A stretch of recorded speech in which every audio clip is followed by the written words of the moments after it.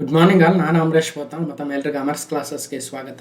ಇದು class number 761 ಮತ್ತು ಕರ್ನಾಟಕದ ಬಜೆಟ್ 2025ನೇ ಸಾಲಿನ ಆಯವ್ಯಯದ ಮೇಲಿನ ಅನಾಲಿಸಿಸ್ ಏನು ಮಾಡ್ತಾ ಇದ್ದೀವಿ ಅದರ 3ನೇ ಭಾಗವಾಗುತ್ತೆ. ಈಗ ಆಲ್ರೆಡಿ 759 ಪಾರ್ಟ್ 1, 760 ಪಾರ್ಟ್ 2 ಆಯಿತು. ಈಗ 761 ಪಾರ್ಟ್ 3 ಆಗುತ್ತೆ. ಸೊ ಸಿದ್ದರಾಮಯ್ಯನವರ 16ನೇ ಬಜೆಟ್ನ ವಿಶೇಷತೆಗಳನ್ನು ನೋಡ್ತಾ ಇದ್ದೀವಿ. ಸೊ ಬನ್ನಿ ಹಾಗಾದರೆ ಕ್ವಶನ್ ನಂಬರ್ 1 ಏನಿದೆ, as per the Karnataka budget 2025-26 which of the following below statements are correct about the cooperation. ಅಂದರೆ ಇಲ್ಲಿ ಸಹಕಾರ ಕ್ಷೇತ್ರದ ಬಗ್ಗೆ ಒಂದಷ್ಟು ಹೇಳಿಕೆಗಳನ್ನು ಕೊಟ್ಟಿದ್ದೀವಿ. ಸಹಕಾರ ಕ್ಷೇತ್ರದ ಒಂದು ಬದಲಾವಣೆಗಳಿಗಾಗಿ ಅಥವಾ ಯಾವ್ಯಾವ ಸ್ಕೀಮ್ಗಳನ್ನು ತರ್ತಾ ಇದ್ದಾರೆ. ಸೊ ಮೊದಲನೇದಾಗಿ ಪ್ರಸಕ್ತ ವರ್ಷದಲ್ಲಿ 37 ಲಕ್ಷ ರೈತರಿಗೆ 28,000 ಕೋಟಿ ರೂಪಾಯಿ ಕೃಷಿ ಸಾಲ ವಿತರಿಸಲಾಗುವುದು ಅಂತ ಹೇಳ್ತಾ ಇದ್ದಾರೆ. ಸೊ ಎಷ್ಟು ಫಾರ್ಮರ್ಸ್ಗೆ ಅಂದರೆ 37 ಲ್ಯಾಕ್ ಫಾರ್ಮರ್ಸ್ ಮತ್ತು 28,000 ಕ್ರೋರ್ ಅಗ್ರಿಕಲ್ಚರಲ್ ಲೋನ್. ನಮ್ಮ ಸೊಸೈಟಿಗಳಂತ ಏನು ಕರಿತೀವಿ, ಸೊಸೈಟಿಗಳ ಮೂಲಕ ಸುಮಾರು 28,000 ಕೋಟಿ ರೂಪಾಯಿ ಸಾಲವನ್ನು ವಿತರಿಸುವ ಗುರಿಯನ್ನು ಹೊಂದಲಾಗಿದೆ. ಮೊದಲನೇ ಪಾಯಿಂಟು. ಓಕೆ, ಎಷ್ಟು ಲಕ್ಷ ರೈತರಿಗೆ ಅಂತ ಕೇಳ್ತಾರೆ? 37 ಲಕ್ಷ ರೈತರಿಗೆ. ಮತ್ತು ತೊಗರಿ ಬೇಳೆ ಬೆಳೀತಾ ಇರ್ತಕ್ಕಂಥ ರೈತರಿಗೆ ಕ್ವಿಂಟಲ್ಗೆ 7,550 ರೂಪಾಯಿ ಮಿನಿಮಮ್ ಸಪೋರ್ಟ್ ಪ್ರೈಸ್ ಇದೆ. ಬೆಂಬಲ ಬೆಲೆ 7,550 ರೂಪಾಯಿ, 7,550 ರೂಪಾಯಿ ಇದೆ. ಅದಕ್ಕೆ ಹೆಚ್ಚುವರಿಯಾಗಿ 450 ರೂಪಾಯಿಯನ್ನು ಕೊಡ್ತೀವಿ ಅಂತ ಹೇಳಿದರೆ ಇದು ಎರಡನೇ ಹೇಳಿಕೆ. ಮೂರನೇದು, ಚಿಕ್ಕಬಳ್ಳಾಪುರದಲ್ಲಿ PPP ಪಬ್ಲಿಕ್ ಪ್ರೈವೇಟ್ ಪಾರ್ಟ್ನರ್ಶಿಪ್ ಮಾದರಿಯಲ್ಲಿ ಅಂತಾರಾಷ್ಟ್ರೀಯ ಗುಣಮಟ್ಟದ ಹೈಟೆಕ್ ಹೂವಿನ ಮಾರುಕಟ್ಟೆಯನ್ನ A high-tech flower market international standards will be built in Chikkaballapura under PPP mode. Next ಒಂದು, ಮಾರುಕಟ್ಟೆ ದಟ್ಟಣೆಯನ್ನು ಕಡಿಮೆ ಮಾಡಲು ಬೆಂಗಳೂರಿನ ಹೊರವಲಯದಲ್ಲಿ ಹೊಸ ಉಪಗ್ರಹ ಮಾರುಕಟ್ಟೆಯನ್ನು ಸ್ಥಾಪಿಸಲಾಗುವುದು. New satellite market will be set up in Bengaluru or Mysuru or Mangaluru or Hubballi. ಎಲ್ಲಿ ಅಂದರೆ ಬೆಂಗಳೂರಿನ ಔಟ್ಸ್ಕರ್ಟ್ಸ್ ಅಲ್ಲಿ. ಈ 4 ಹೇಳಿಕೆಗಳಲ್ಲಿ 1 ಮತ್ತು 4 ಸರಿ, 1, 2 ಮತ್ತು 3 ಸರಿ, 2 ಮತ್ತು 3 ಸರಿ, ಎಲ್ಲವೂ ಸರಿಯಾಗಿದೆ. ಅಂದರೆ ಸದ್ಯಕ್ಕೆ ಎಲ್ಲವೂ ಸರಿಯಾಗಿದೆ, ನೆನಪಿಡಿ. ಹೌದು, 37 ಲಕ್ಷ ರೈತರು, 28,000 ಕೋಟಿ ರೂಪಾಯಿ ಸಾಲ, ತೊಗರಿ ಬೆಳೆಗೆ 7,550 MSPಗಿಂತಲೂ ಮತ್ತೆ 450 ಹೆಚ್ಚಿಗೆ, ಒಂದು ಗುಣಮಟ್ಟದ ಹೈಟೆಕ್ ಹೂವಿನ ಮಾರುಕಟ್ಟೆ ಚಿಕ್ಕಬಳ್ಳಾಪುರದಲ್ಲಿ ಮತ್ತು ಬೆಂಗಳೂರಿನ ಹೊರವಲಯದಲ್ಲಿ hi tech flower market, new satellite market ಅನ್ನೋದನ್ನು ಗಮನಿಸಬೇಕಾಗುತ್ತೆ. ಸಹಕಾರ ಕ್ಷೇತ್ರ ಈಗ ಆಲ್ರೆಡಿ 75ನೇ ಐಟಮ್ ನಂಬರ್ವರೆಗೂ ನಾವು ಪಾರ್ಟ್ 2 ಅಲ್ಲಿ ಡಿಸ್ಕಷನ್ ಮಾಡಿದ್ದೀವಿ. ಈಗ 76 ಸಹಕಾರ ಕ್ಷೇತ್ರ. 2024-25ನೇ ಸಾಲಿನಲ್ಲಿ ಅಂದರೆ ಕಳೆದ ಆರ್ಥಿಕ ವರ್ಷದಲ್ಲಿ ಒಟ್ಟು 21.78 ಲಕ್ಷ ರೈತರಿಗೆ 18,960 ಕೋಟಿ ರೂಪಾಯಿ ಕೃಷಿ ಸಾಲವನ್ನು ವಿತರಿಸಲಾಗಿದೆ. ಕಳೆದ ಆರ್ಥಿಕ ವರ್ಷದಲ್ಲಿ ಈ ಸಲ 37 ಲಕ್ಷ ರೈತರು, ಎಲ್ಲಿಂದೆಲ್ಲಿಗೆ 21 ಅಥವಾ 22 ಲಕ್ಷದಿಂದ 37 ಲಕ್ಷ ರೈತರಿಗೆ ಗುರಿಯನ್ನು ಹಾಕೊಂಡಿದ್ದಾರೆ. ಮತ್ತು ಒಟ್ಟಾರೆ ಅಮೌಂಟು 18,960 ಕೋಟಿಯಿಂದ 28,000 ಕೋಟಿ ರೂಪಾಯಿಗಳ ಸಾಲವನ್ನು ವಿತರಿಸುವ ಗುರಿಯನ್ನ ಈ ಬಜೆಟ್ ಅಲ್ಲಿ ಹಾಕೊಂಡಿದ್ದಾರೆ. ಈ ಒಂದು ಆರ್ಥಿಕ ವರ್ಷದಲ್ಲಿ ಗಮನಿಸಬೇಕಾಗುತ್ತೆ. ಇನ್ನೊಂದು ಇಲ್ಲಿ ವಿಶೇಷವಾಗಿ ರಿಯಾಯಿತಿ ಬಡ್ಡಿ ದರದಲ್ಲಿ ನೀಡುವ ಪುನರ್ಧನದ ಮಿತಿಯನ್ನ ನಬಾರ್ಡ್ 58% ಕಡಿಮೆ ಮಾಡಿದ್ರೂ ಕೂಡ ನಿಗದಿತ ಗುರಿಯನ್ನು ಸಾಧಿಸಲು ನಾವು ಬದ್ಧರಾಗಿದ್ದೀವಿ ಅಂತ ಹೇಳ್ತಾ ಇದ್ದಾರೆ. ಇದು ವೆರಿ ವೆರಿ ಇಂಪಾರ್ಟೆಂಟ್. ನಬಾರ್ಡ್ ಸಾಲ ಕಡಿಮೆ ಮಾಡಿದ್ರು ನಾವು 37 ಲಕ್ಷ ರೈತರಿಗೆ 28,000 ಕೋಟಿ ರೂಪಾಯಿಯನ್ನ ಸಾಲವನ್ನು ವಿತರಿಸುವ ಗುರಿಯನ್ನು ಹೊಂದಿದ್ದೀವಿ ಅಂತ ಬಜೆಟ್ ಅಲ್ಲಿ ಹೇಳ್ತಾ ಇದ್ದಾರೆ ಸಿದ್ದರಾಮಯ್ಯ ಅವರು ತಮ್ಮ ದಾಖಲೆಯ 16ನೇ ಬಜೆಟ್ ಅಲ್ಲಿ. ಇನ್ನು ಇಲ್ಲಿ DCC ಬ್ಯಾಂಕ್, ಪಿಕಾರ್ಡ್ ಬ್ಯಾಂಕ್ಗಳಿಗೆ ಸಂಬಂಧಿಸಿದ ಮಾಧ್ಯಮಾವಧಿ ಮತ್ತು ದೀರ್ಘಾವಧಿ ಸುಸ್ತಿ ಸಾಲಗಳ ಮೇಲಿನ 240 ಕೋಟಿ ರೂಪಾಯಿಗಳ ಬಡ್ಡಿಯನ್ನು ಮನ್ನಾ ಮಾಡಲಾಗಿದೆ. ಇನ್ನು ಯಶಸ್ವಿನಿ ಯೋಜನೆ ಬಹಳ ಸಲ ಹಿಂದೆ ಎಕ್ಸಾಮ್ ಅಲ್ಲಿ ಬಂದು ಹೋಗಿದೆ. ಯಶಸ್ವಿನಿ ಯೋಜನೆ ಯಾವುದಕ್ಕೆ ಸಂಬಂಧಿಸಿದಂತೆ ರೈತರ ಕುಟುಂಬದ ಸದಸ್ಯರಿಗೆ ಕೆಲವೊಂದು ರೋಗಗಳಿಗೆ ಉಚಿತ ಚಿಕಿತ್ಸೆಯನ್ನು ನೀಡ್ತಕ್ಕಂತಹ ಒಂದು ಸರ್ಕಾರದ ಯೋಜನೆ ಆಗುತ್ತೆ ಯಶಸ್ವಿನಿ ಯೋಜನೆ. ಇಲ್ಲಿಯವರೆಗೆ ಈ ಯೋಜನೆಯಡಿ 700 ನೆಟ್ವರ್ಕ್ ಆಸ್ಪತ್ರೆಗಳು ನೋಂದಣಿಯಾಗಿದ್ದು ಈ ಆಸ್ಪತ್ರೆಗಳಲ್ಲಿ ಇದುವರೆಗೂ ರಾಜ್ಯಾದ್ಯಂತ 59,000 ಫಲಾನುಭವಿಗಳು 103 ಕೋಟಿ ರೂಪಾಯಿ ಮೊತ್ತದ ಚಿಕಿತ್ಸೆಯನ್ನು ಪಡೆದಿರ್ತಾರೆ. ಹಾಗಾದರೆ ಯಶಸ್ವಿನಿ ಯೋಜನೆಗೆ ನೀವು ರಿಜಿಸ್ಟರ್ ಆಗಿಲ್ಲ ಅಂದರೆ, ನಿಮ್ಮದು ಭೂಮಿ ಇದೆ ನಿಮ್ಮ ತಂದೆ ಹೆಸರಲ್ಲಿ ಅಂದರೆ, ನೀವು ಅವರಿಗೆ ಅದರ ಜ್ಞಾನ ಇಲ್ಲ ಅಂದರೆ ನೀವು ಹೋಗಿ ಸೊಸೈಟಿಯಲ್ಲಿ ಹೋಗಿ ಕೇಳ್ಬೋದು. ಯಶಸ್ವಿನಿ ಯೋಜನೆಗೆ ರಿಜಿಸ್ಟರ್ ಕೂಡ ಮಾಡಿಸ್ಕೊಡಿ. ನೆಕ್ಸ್ಟ್ ಹೋಗೋಣ. ಇನ್ನು PACS ಅಂತ ಕರಿತೀವಿ, primary agricultural cooperative society. So ಪ್ರಾಥಮಿಕ ಕೃಷಿ ಪತ್ತಿನ ಸಹಕಾರ ಸಂಘಗಳ PACS ಕೇಂದ್ರ ಪುರಸ್ಕೃತ ಗಣಕೀಕರಣ ಯೋಜನೆ. ಹಿಂದೆ ಕೂಡ ಡಿಸ್ಕಷನ್ ಮಾಡ್ತಾ ಇದ್ದೀವಿ ನಾವು. ಏನಂತ, ಇವತ್ತು ರೂರಲ್ ಏನಂತೀವಿ, ರೀಜನಲ್ ರೂರಲ್ ಬ್ಯಾಂಕ್ RRBs ಅವು ಕೂಡ ಗಣಕೀಕರಣವನ್ನು ಹೊಂದಿದ್ದಾವೆ. ಆದರೆ ಪ್ರಾಥಮಿಕ ಕೃಷಿ ಪತ್ತಿನ ಸಹಕಾರ ಸಂಘಗಳು ಇನ್ನು ಗಣಕೀಕರಣವನ್ನು ಹೊಂದಿಲ್ಲ. ಹಾಗಾಗಿ ಬಹಳಷ್ಟು ಭ್ರಷ್ಟಾಚಾರಕ್ಕೆ ಅನುಕೂಲ ಮಾಡಿಕೊಡ್ತಾ ಇತ್ತು.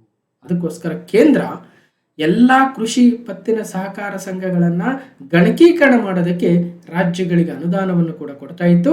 ಆ ಯೋಜನೆಯಡಿ ಈಗ ಆಲ್ರೆಡಿ 93 ಕೋಟಿ ರೂಪಾಯಿಗಳಷ್ಟು ಬಿಡುಗಡೆ ಮಾಡಿ ರಾಜ್ಯದಲ್ಲಿನ 110 ಸಂಘಗಳ ಗಣಕೀಕರಣವನ್ನು ಪೂರ್ಣಗೊಳಿಸಲಾಗಿದೆ.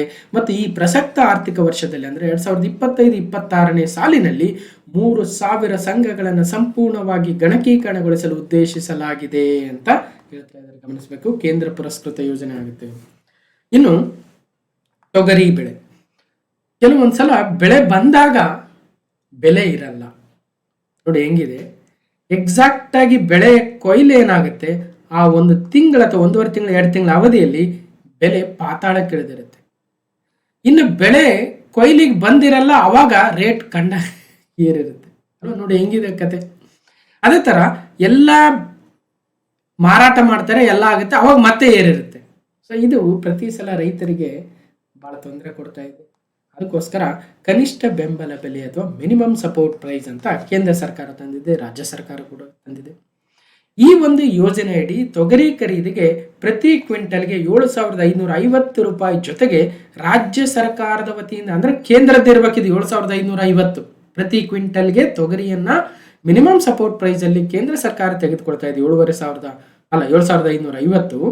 ಇನ್ನು ರಾಜ್ಯ ಸರ್ಕಾರದ ವತಿಯಿಂದ ಆ ಹೆಚ್ಚುವರಿ ಪ್ರೋತ್ಸಾಹಧನ 450 ರೂಪಾಯಿಗಳಂತೆ ಒಟ್ಟು 138 ಕೋಟಿ ರೂಪಾಯಿಗಳನ್ನು ನೀಡಲು ತೀರ್ಮಾನಿಸಲಾಗಿದೆ. ಹಾಗಾದರೆ ತೊಗರಿ ಬೆಳೀತಾ ಇರತಕ್ಕಂತಹ ರಾಜ್ಯದ ಜಿಲ್ಲೆಗಳು ಅಂದ್ರೆ ಕಲಬುರಗಿ, ತೊಗರಿನಾಡು, ಬೀದರ್, ಯಾದಗಿರಿ, ವಿಜಯಪುರ, ಬಾಗಲಕೋಟೆ, ರಾಯಚೂರು, ಕೊಪ್ಪಳ, ಕೋಲಾರ, ಚಿತ್ರದುರ್ಗ, ಚಿಕ್ಕಬಳ್ಳಾಪುರ ಭಾಗದ ರೈತರಿಗೆ ಅನುಕೂಲ ಆಗಲಿದೆ. ಇನ್ನು ಸಹಕಾರ ಇಲಾಖೆಯಲ್ಲಿ ಕಾರ್ಯಕ್ಷಮತೆ, ಪಾರದರ್ಶಕತೆ ಮತ್ತು ಜನಸ್ನೇಹಿ ಸೇವೆಗಳನ್ನು ನೀಡಲು ಸಾಕಷ್ಟು ಸುಧಾರಣಾ ಕ್ರಮಗಳನ್ನು ತರ್ತೀವಿ ಅಂತ ಹೇಳ್ತಾ ಇದ್ದಾರೆ. ಇದೇನು ಎಕ್ಸಾಮ್ ಪಾಯಿಂಟ್ ಆಫ್ ವ್ಯೂ ಇಂದ ಅಷ್ಟೇನು ಇಂಪಾರ್ಟೆಂಟ್ ಅಲ್ಲ. ಇನ್ನು ರಾಜ್ಯದ ಎಲ್ಲ ಕೃಷಿ ಉತ್ಪನ್ನ ಮಾರುಕಟ್ಟೆ ಸಮಿತಿಗಳು, APMC ಅಂತ ಕರಿತೀವಿ. ಈ APMCಗಳಲ್ಲಿ ಪರವಾನಗಿ ಪಡೆದು ಕಾರ್ಯನಿರ್ವಹಿಸುತ್ತಿರುವ ಶ್ರಮಿಕರು ಮೃತರಾದಾಗ ಅವರ ವಾರಸುದಾರರಿಗೆ 1 ಲಕ್ಷ ರೂಪಾಯಿ ವಿಮಾ ಮೊತ್ತವನ್ನು ನೀಡಲಾಗ್ತಾ ಇತ್ತು. ಹೀಗೆ APMCಗಳಲ್ಲಿ ಕೆಲಸ ಮಾಡ್ತಕ್ಕಂಥ ನಮ್ಮ ಶ್ರಮಿಕ ಬಂಧುಗಳೇನಿದ್ದಾರೆ, ಆ ಶ್ರಮಿಕ ಬಂಧುಗಳಿಗೆ ವಿಮಾ ಮೊತ್ತವನ್ನು 1 ಲಕ್ಷ ರೂಪಾಯಿದಿಂದ 5 ಲಕ್ಷ ರೂಪಾಯಿಗಳವರೆಗೆ ಹೆಚ್ಚಿಸಲಾಗುವುದು ಅಂತ ಸಿದ್ದರಾಮಯ್ಯನವರು ತಮ್ಮ ಬಜೆಟ್ ಅಲ್ಲಿ ಹೇಳ್ತಾ ಇದ್ದಾರೆ. ವೆರಿ ಇಂಪಾರ್ಟೆಂಟ್ ಇದೆ. ನೆಕ್ಸ್ಟ್, ಬೆಂಗಳೂರಿನಲ್ಲಿರುವ ಮಾರುಕಟ್ಟೆ ಸಮಿತಿಗಳಲ್ಲಿ ವಾಹನಗಳ ದಟ್ಟಣೆ ಹೆಚ್ಚಾಗಿದೆ ಅಲ್ವಾ. ನಾರ್ಮಲ್ ವಾಹನಗಳು ಹೋಗೋದಕ್ಕೆ ಅಲ್ಲಿ ಸ್ಥಳ ಇಲ್ಲ. ಅಂಥದ್ರಲ್ಲಿ ಈ ಮಾರುಕಟ್ಟೆಗಳಿಗೆ ಅದು ಹೂವು ಆಗಿರ್ಬೋದು, ಹಣ್ಣಾಗಿರ್ಬೋದು, ತರಕಾರಿ ಆಗಿರ್ಬೋದು, ಮತ್ತೊಂದಾಗಿರ್ಬೋದು, ಸೊ ಇದು ಹೆಚ್ಚಾಗಿರೋದ್ರಿಂದ ಬೆಂಗಳೂರಿನ ಹೊರವಲಯದಲ್ಲಿಯೇ ಒಂದು ಹೊಸ ಸ್ಯಾಟಲೈಟ್ ಮಾರ್ಕೆಟ್ ಅನ್ನು ಸ್ಥಾಪಿಸಲಾಗುವುದು ಅಂತ ಹೇಳಿದ್ದಾರೆ. ಬಟ್ ಎಲ್ಲಿ ಅಂತ ಇನ್ನೂ ಗೊತ್ತಿಲ್ಲ. ಇನ್ನು ಕೊಪ್ಪಳ ಜಿಲ್ಲೆಯ ಬೂದ್ಗುಂಪ ಗ್ರಾಮ ಕೇಳಿರ್ತಾರೆ. ಬೂದ್ಗುಂಪ ಗ್ರಾಮ ನಮ್ಮ ಹೈವೇ ಮೇಲೆ ಬರುತ್ತೆ. ಬೂದ್ಗುಂಪ ಕ್ರಾಸ್ ಬರುತ್ತೆ ಹೊಸಪೇಟೆಯಿಂದ ಹಾಗೆ ಮುಂದೆ ಹೋಗ್ಬೇಕಾದ್ರೆ. ಸೊ ಅಲ್ಲಿ ಬೂದ್ಗುಂಪ ಗ್ರಾಮ ಬರುತ್ತೆ. ಆ ಗ್ರಾಮದಲ್ಲಿ ಕುರಿ ಮತ್ತು ಮೇಕೆ ಮಾರುಕಟ್ಟೆಯನ್ನ ನಮ್ಮ Kalyana Karnataka regional development board KKRDB ವತಿಯಿಂದ 25 ಕೋಟಿ ರೂಪಾಯಿ ವೆಚ್ಚದಲ್ಲಿ ಅಗತ್ಯ ಮೂಲ ಸೌಲಭ್ಯಗಳೊಂದಿಗೆ ಸ್ಥಾಪಿಸಲಾಗುವುದು. ಎಲ್ಲಿ ಕುರಿ ಮತ್ತು ಮೇಕೆ ಮಾರುಕಟ್ಟೆ ಅಂದ್ರೆ ಬೂದ್ಗುಂಪ ಗ್ರಾಮದಲ್ಲಿ, ಕೊಪ್ಪಳ ಜಿಲ್ಲೆ. ಇನ್ನು ಕಲ್ಯಾಣ ಕರ್ನಾಟಕ ಭಾಗದಲ್ಲಿ ಹೈನುಗಾರಿಕೆಯನ್ನು ಉತ್ತೇಜಿಸಲು 10 ಕೋಟಿ ರೂಪಾಯಿ ಅನುದಾನವನ್ನು ಪ್ರಥಮ ಹಂತದಲ್ಲಿ ನೀಡಲಾಗ್ತಾ ಇದ್ದು, ಜೊತೆಗೆ ಇಲ್ಲಿ ಪ್ರಮುಖವಾಗಿ ನೂತನ ಮೆಗಾ ಡೈರಿಯನ್ನ ಕಲಬುರ್ಗಿಯಲ್ಲಿ, ನೂತನ ಮೆಗಾ ಡೈರಿ ಎಲ್ಲಿ ಅಂದ್ರೆ ಕಲಬುರ್ಗಿಯಲ್ಲಿ ಸ್ಥಾಪಿಸಲಾಗುವುದು. ಜೊತೆಗೆ ಪ್ರಾದೇಶಿಕ ಸಹಕಾರ ಭವನವನ್ನು ಕಲಬುರಗಿಯಲ್ಲಿ, ಗ್ರಾಮೀಣ ಉಗ್ರಾಣ ನಿರ್ಮಾಣ ಮಾಡ್ತೀವಿ. ಕುರಿ ಮತ್ತು ಮೇಕೆ ಸಾಕಾಣಿಕೆಗೆ ಅನ್ವಯವಾಗುವಂತೆ ಬೆಂಗಳೂರಿನಲ್ಲಿ ಸುಸಜ್ಜಿತವಾಗಿರ್ತಕ್ಕಂಥ ಕುರಿ ಮತ್ತು ಮೇಕೆ ಮಾರುಕಟ್ಟೆಯನ್ನು ಎಲ್ಲಿ ಅಂದರೆ ಬೆಂಗಳೂರಿನಲ್ಲಿ ಕುರಿ ಮತ್ತು ಮೇಕೆ ಸಾಗಾಣಿಕೆದಾರರಿಗೆ ಅನುವಾಗುವಂತೆ ಸುಸಜ್ಜಿತ ಕುರಿ ಮತ್ತು ಮೇಕೆ ಮಾರುಕಟ್ಟೆಯನ್ನು ಬೆಂಗಳೂರಿನಲ್ಲಿ. ಅದಾದ ನಂತರ ಚಿಕ್ಕಬಳ್ಳಾಪುರದಲ್ಲಿ ಕೃಷಿ ಉತ್ಪನ್ನ ಮಾರುಕಟ್ಟೆ ಸಮಿತಿಯ ವತಿಯಿಂದ ಅಂತಾರಾಷ್ಟ್ರೀಯ ಮಟ್ಟದ ಹೈಟೆಕ್ ಹೂವಿನ ಮಾರುಕಟ್ಟೆಯನ್ನ ಮತ್ತು KGFನಲ್ಲಿ ಖಾಸಗಿ ಸಹಭಾಗಿತ್ವದಲ್ಲಿ ಆಧುನಿಕ ಮಾರುಕಟ್ಟೆ ಅಂತ ಹೇಳ್ತಾರೆ. ಅಂದರೆ ಜನಸೇಯಿ ಸಹಕಾರ ಇಲಾಖೆಗೆ ಸರ್ಕಾರ ಪುಷ್ಟಿಯನ್ನು ಕೊಡ್ತಾ ಇದೆ. ಈಗೇನು ಓದಿದೀವಿ ಅದೇ ಅಂಶಗಳನ್ನ ಇಲ್ಲಿ ಕೊಟ್ಟಿದ್ದಾರೆ, ನೋಡ್ಬೋದು.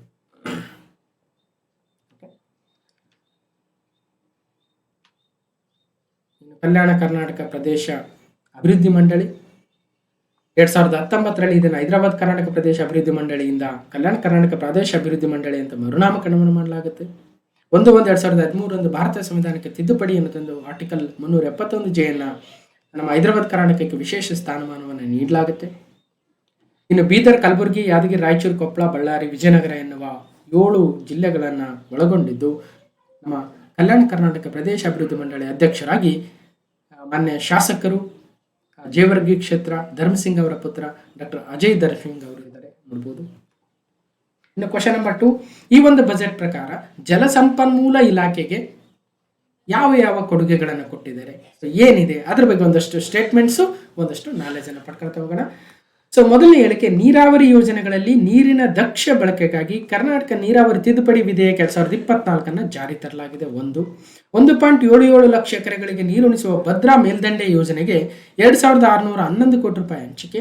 ಎತ್ತಿನಹೊಳೆ ಸಮಗ್ರ ನೀರಿನ ಯೋಜನೆಯು 8 ಅಣೆಕಟ್ಟುಗಳಿಂದ 241 ಕಿಲೋಮೀಟರ್ ಸರಪಳಿವರೆಗೆ ನೀರು ಸರಬರಾಜು ಮಾಡುವ ಗುರಿಯನ್ನು ಹೊಂದಿದೆ. ಅಂದರೆ ಎಲ್ಲವೂ ಸರಿಯಾಗಿದ್ದಾವೆ. ನೋಡೋಣ ಏನೇನಿದೆ ನೀರಾವರಿ ಇಲಾಖೆಗೆ.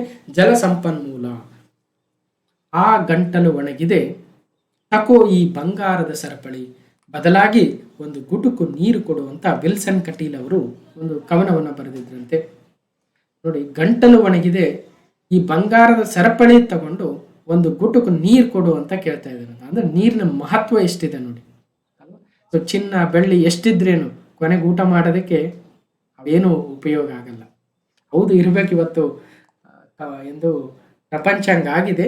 ಬಟ್ ಫೈನಲಿ ನೋಡಿದಾಗ ನಮಗೆ ಅನ್ನವೇ ಆಗುತ್ತೆ.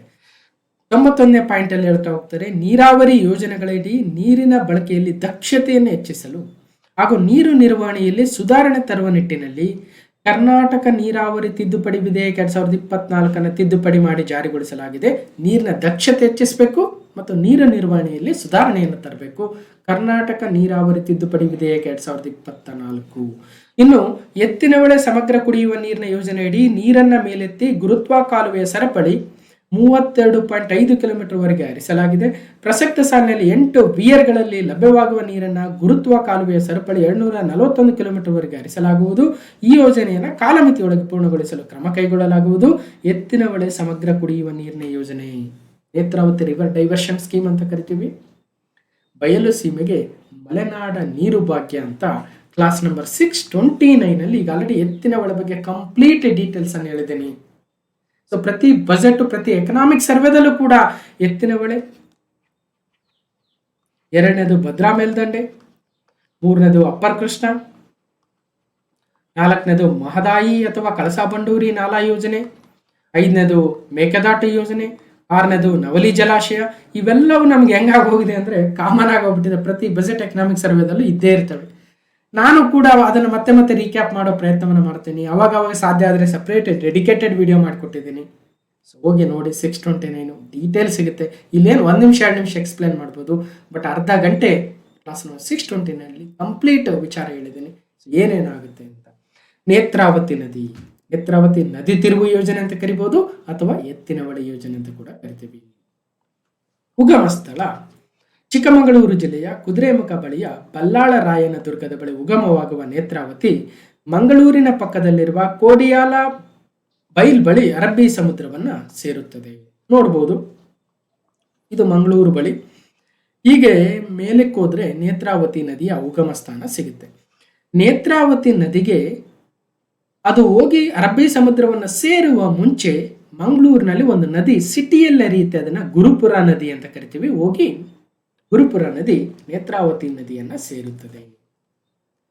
ಹೀಗೆ ನೇತ್ರಾವತಿಗೆ ಒಂದು ಉಪನದಿ ಇದೆ, ಅದು ಕುಮಾರಾಧಾರ ನದಿ ಅಂತ ಕರಿತೀವಿ. ಕುಮಾರಾಧಾರ ನದಿಯು ನೇತ್ರಾವತಿ ನದಿಯ ಉಪನದಿಯಾಗಿದ್ದು ಇದು ಉಪ್ಪಿನಂಗಡಿಯಲ್ಲಿ ನೇತ್ರಾವತಿ ನದಿಯನ್ನ ಸೇರುತ್ತದೆ. ಹಾಗಾದರೆ ಉಪ್ಪಿನಂಗಡಿಯಲ್ಲಿ ನೇತ್ರಾವತಿಯನ್ನ ಸೇರಿಕೊಳ್ಳುವ ಸಂಗಮವಾಗುವ ನದಿಯ ಹೆಸರೇ ಕುಮಾರಾಧಾರ ನದಿ. ಈ ಕುಮಾರಾಧಾರ ನದಿ ಉಪ್ಪಿನಂಗಡಿಯಲ್ಲಿ ನೇತ್ರಾವತಿ ನದಿಯನ್ನ ಸೇರುವ ಮುಂಚೆ, ಸಂಗಮವಾಗುವ ಮುಂಚೆ ಅದಕ್ಕೆ ಗುಂಡ್ಯಾ ಎನ್ನುವ ನದಿ ಬಂದು ಸೇರುತ್ತದೆ. ಗುಂಡ್ಯಾ.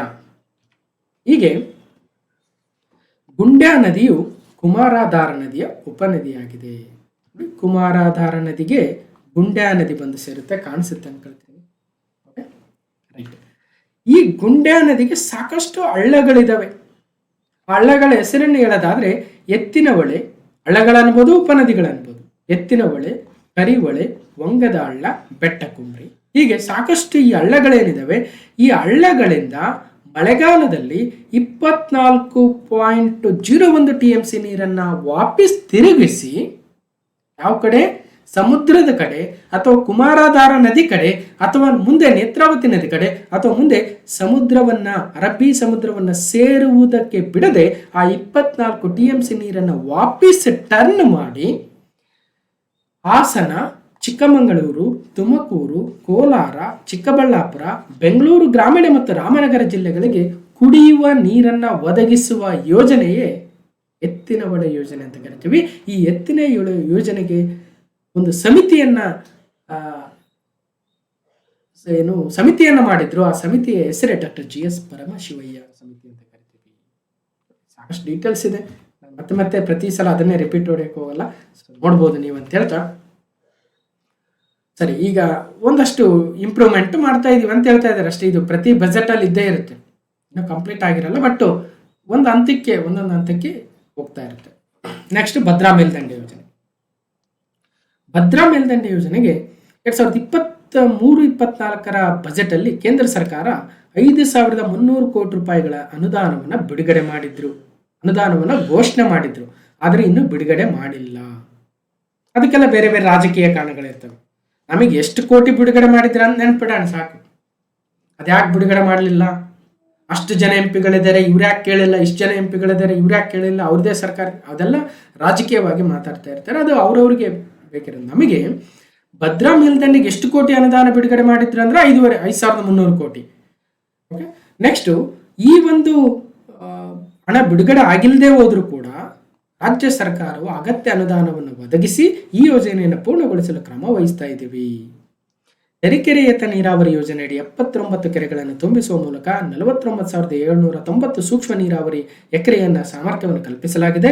ಪ್ರಸಕ್ತ ಸಾಲಿನಲ್ಲಿ 2,611 ಕೋಟಿ ರೂಪಾಯಿ ಅಂದಾಜು ಮೊತ್ತದ ಚಿತ್ರದುರ್ಗ ಶಾಖಾ ಕಾಲುವೆ ಕಾಮಗಾರಿಗಳನ್ನು ಪೂರ್ಣಗೊಳಿಸುವ ಮೂಲಕ ಹೊಸದುರ್ಗ, ಹೊಳಲ್ಕೆರೆ, ಜಗಳೂರು, ಮೊಳಕಾಲ್ಮೂರು, ಚಳ್ಳಕೆರೆ ಮತ್ತು ಪಾವಗಡ ತಾಲೂಕುಗಳಲ್ಲಿನ 30 ಕೆರೆಗಳನ್ನು ತುಂಬಿಸಿ 1,77,000 ಎಕರೆ ಪ್ರದೇಶಕ್ಕೆ ಸೂಕ್ಷ್ಮ ನೀರಾವರಿ ಸಾಮರ್ಥ್ಯವನ್ನು ಕಲ್ಪಿಸಲಾಗುವುದು. ಹೌದು, ಕೆಲಸ ಆಗಿದೆ. ನಾನು ಕೂಡ ಅದರ ನಿದರ್ಶನವನ್ನು ನೋಡಿದ್ದೀನಿ. ಜಗಳೂರಿನ ಹಲವು ಕೆರೆಗಳಿಗೆ ಭದ್ರಾ ಮೇಲ್ದಂಡೆ ಯೋಜನೆಯ ನೀರು ಬಂದು ಸೇರ್ಕೊಂಡಿದೆ. ಆ ಭಾಗದ ಜನರ ಒಂದು ಮುಖದಲ್ಲಿನ ಕಳೆಯ ನಗು ನಿಜವಾಗ್ಲೂ ನೋಡ್ಬೋದು. ಯಾಕಂದ್ರೆ ಮಳೆಯಾಶ್ರಿತವಾಗಿರ್ತಕ್ಕಂಥ ಒಂದು ಪ್ರದೇಶದಲ್ಲಿ ಮಾತ್ರ ನೀರಿನ ಬೆಲೆ ಹೆಚ್ಚಾಗಿ ಗೊತ್ತಿರುತ್ತೆ. ಹೆಚ್ಚಿನ ಮಳೆ ಬಂದಾಗ, ಹೆಚ್ಚಿನ ಮಳೆ ಇರ್ತಕ್ಕಂಥ ಪ್ರದೇಶದಲ್ಲಿ ನೀರಿನ ಒಂದು ಅಭಾವದ ಪ್ರಜ್ಞೆ ಇರೋದಿಲ್ಲ. ಹಾಗಾಗಿ ಈ ಕೆಲವೊಂದು ಜಿಲ್ಲೆಗಳಲ್ಲಿ ಏನಿದೆ, ಬರಪೀಡಿತ ಜಿಲ್ಲೆಗಳಂತ ಕರಿಬೋದು ಅಥವಾ ಮಳೆಯಾಶ್ರಿತ ಜಿಲ್ಲೆಗಳಲ್ಲಿ, ಆ ಮಳೆಯಾಶ್ರಿತ ಜಿಲ್ಲೆಗಳ ಕೆಲವು ತಾಲೂಕುಗಳು ಪರ್ಟಿಕ್ಯುಲರ್ ಆಗಿ ಇಲ್ಲಿ ಏನು ಹೇಳ್ತಾ ಇದ್ದೀವಿ, ಹೊಸದುರ್ಗ, ಹೊಳಲ್ಕೆರೆ, ಜಗಳೂರು, ಮೊಳಕಾಲ್ಮೂರು, ಚಳ್ಳಕೆರೆ, ಪಾವಗಡ ತಾಲೂಕುಗಳು ನಮ್ಮ ರಾಜ್ಯದ ಅತಿ ಹೆಚ್ಚು ಮಳೆಯಾಶ್ರಿತ ಪ್ರದೇಶವನ್ನು ಹೊಂದಿರತಕ್ಕಂಥ ತಾಲೂಕುಗಳಾಗ್ತವೆ. ಇನ್ನು ಇದ್ರ ಬಗ್ಗೆ ಜುಲೈ 2023 ಪಾರ್ಟ್ 3 ಅಲ್ಲಿ ಭದ್ರಾ ಮೇಲ್ದಂಡೆ ಯೋಜನೆ ರಾಷ್ಟ್ರೀಯ ಮಾನ್ಯತೆ ನೀಡಲು ಕೇಂದ್ರ ಮೀನಾಮೇಷವನ್ನು ಎಣಿಸ್ತಾ ಇದೆ ಅಂತ ಕೂಡ ಹೇಳಿದ್ವಿ. 5,300 ಕೋಟಿ ರೂಪಾಯಿಗಳ ಹಣಕಾಸಿನ ನೆರವನ್ನ ಘೋಷಣೆ ಮಾಡಿದ್ರು, ಬಟ್ ಇನ್ನು ಅದು ಜಾರಿ ಆಗಿಲ್ಲ ಅಥವಾ ಬಿಡುಗಡೆ ಆಗಿಲ್ಲ.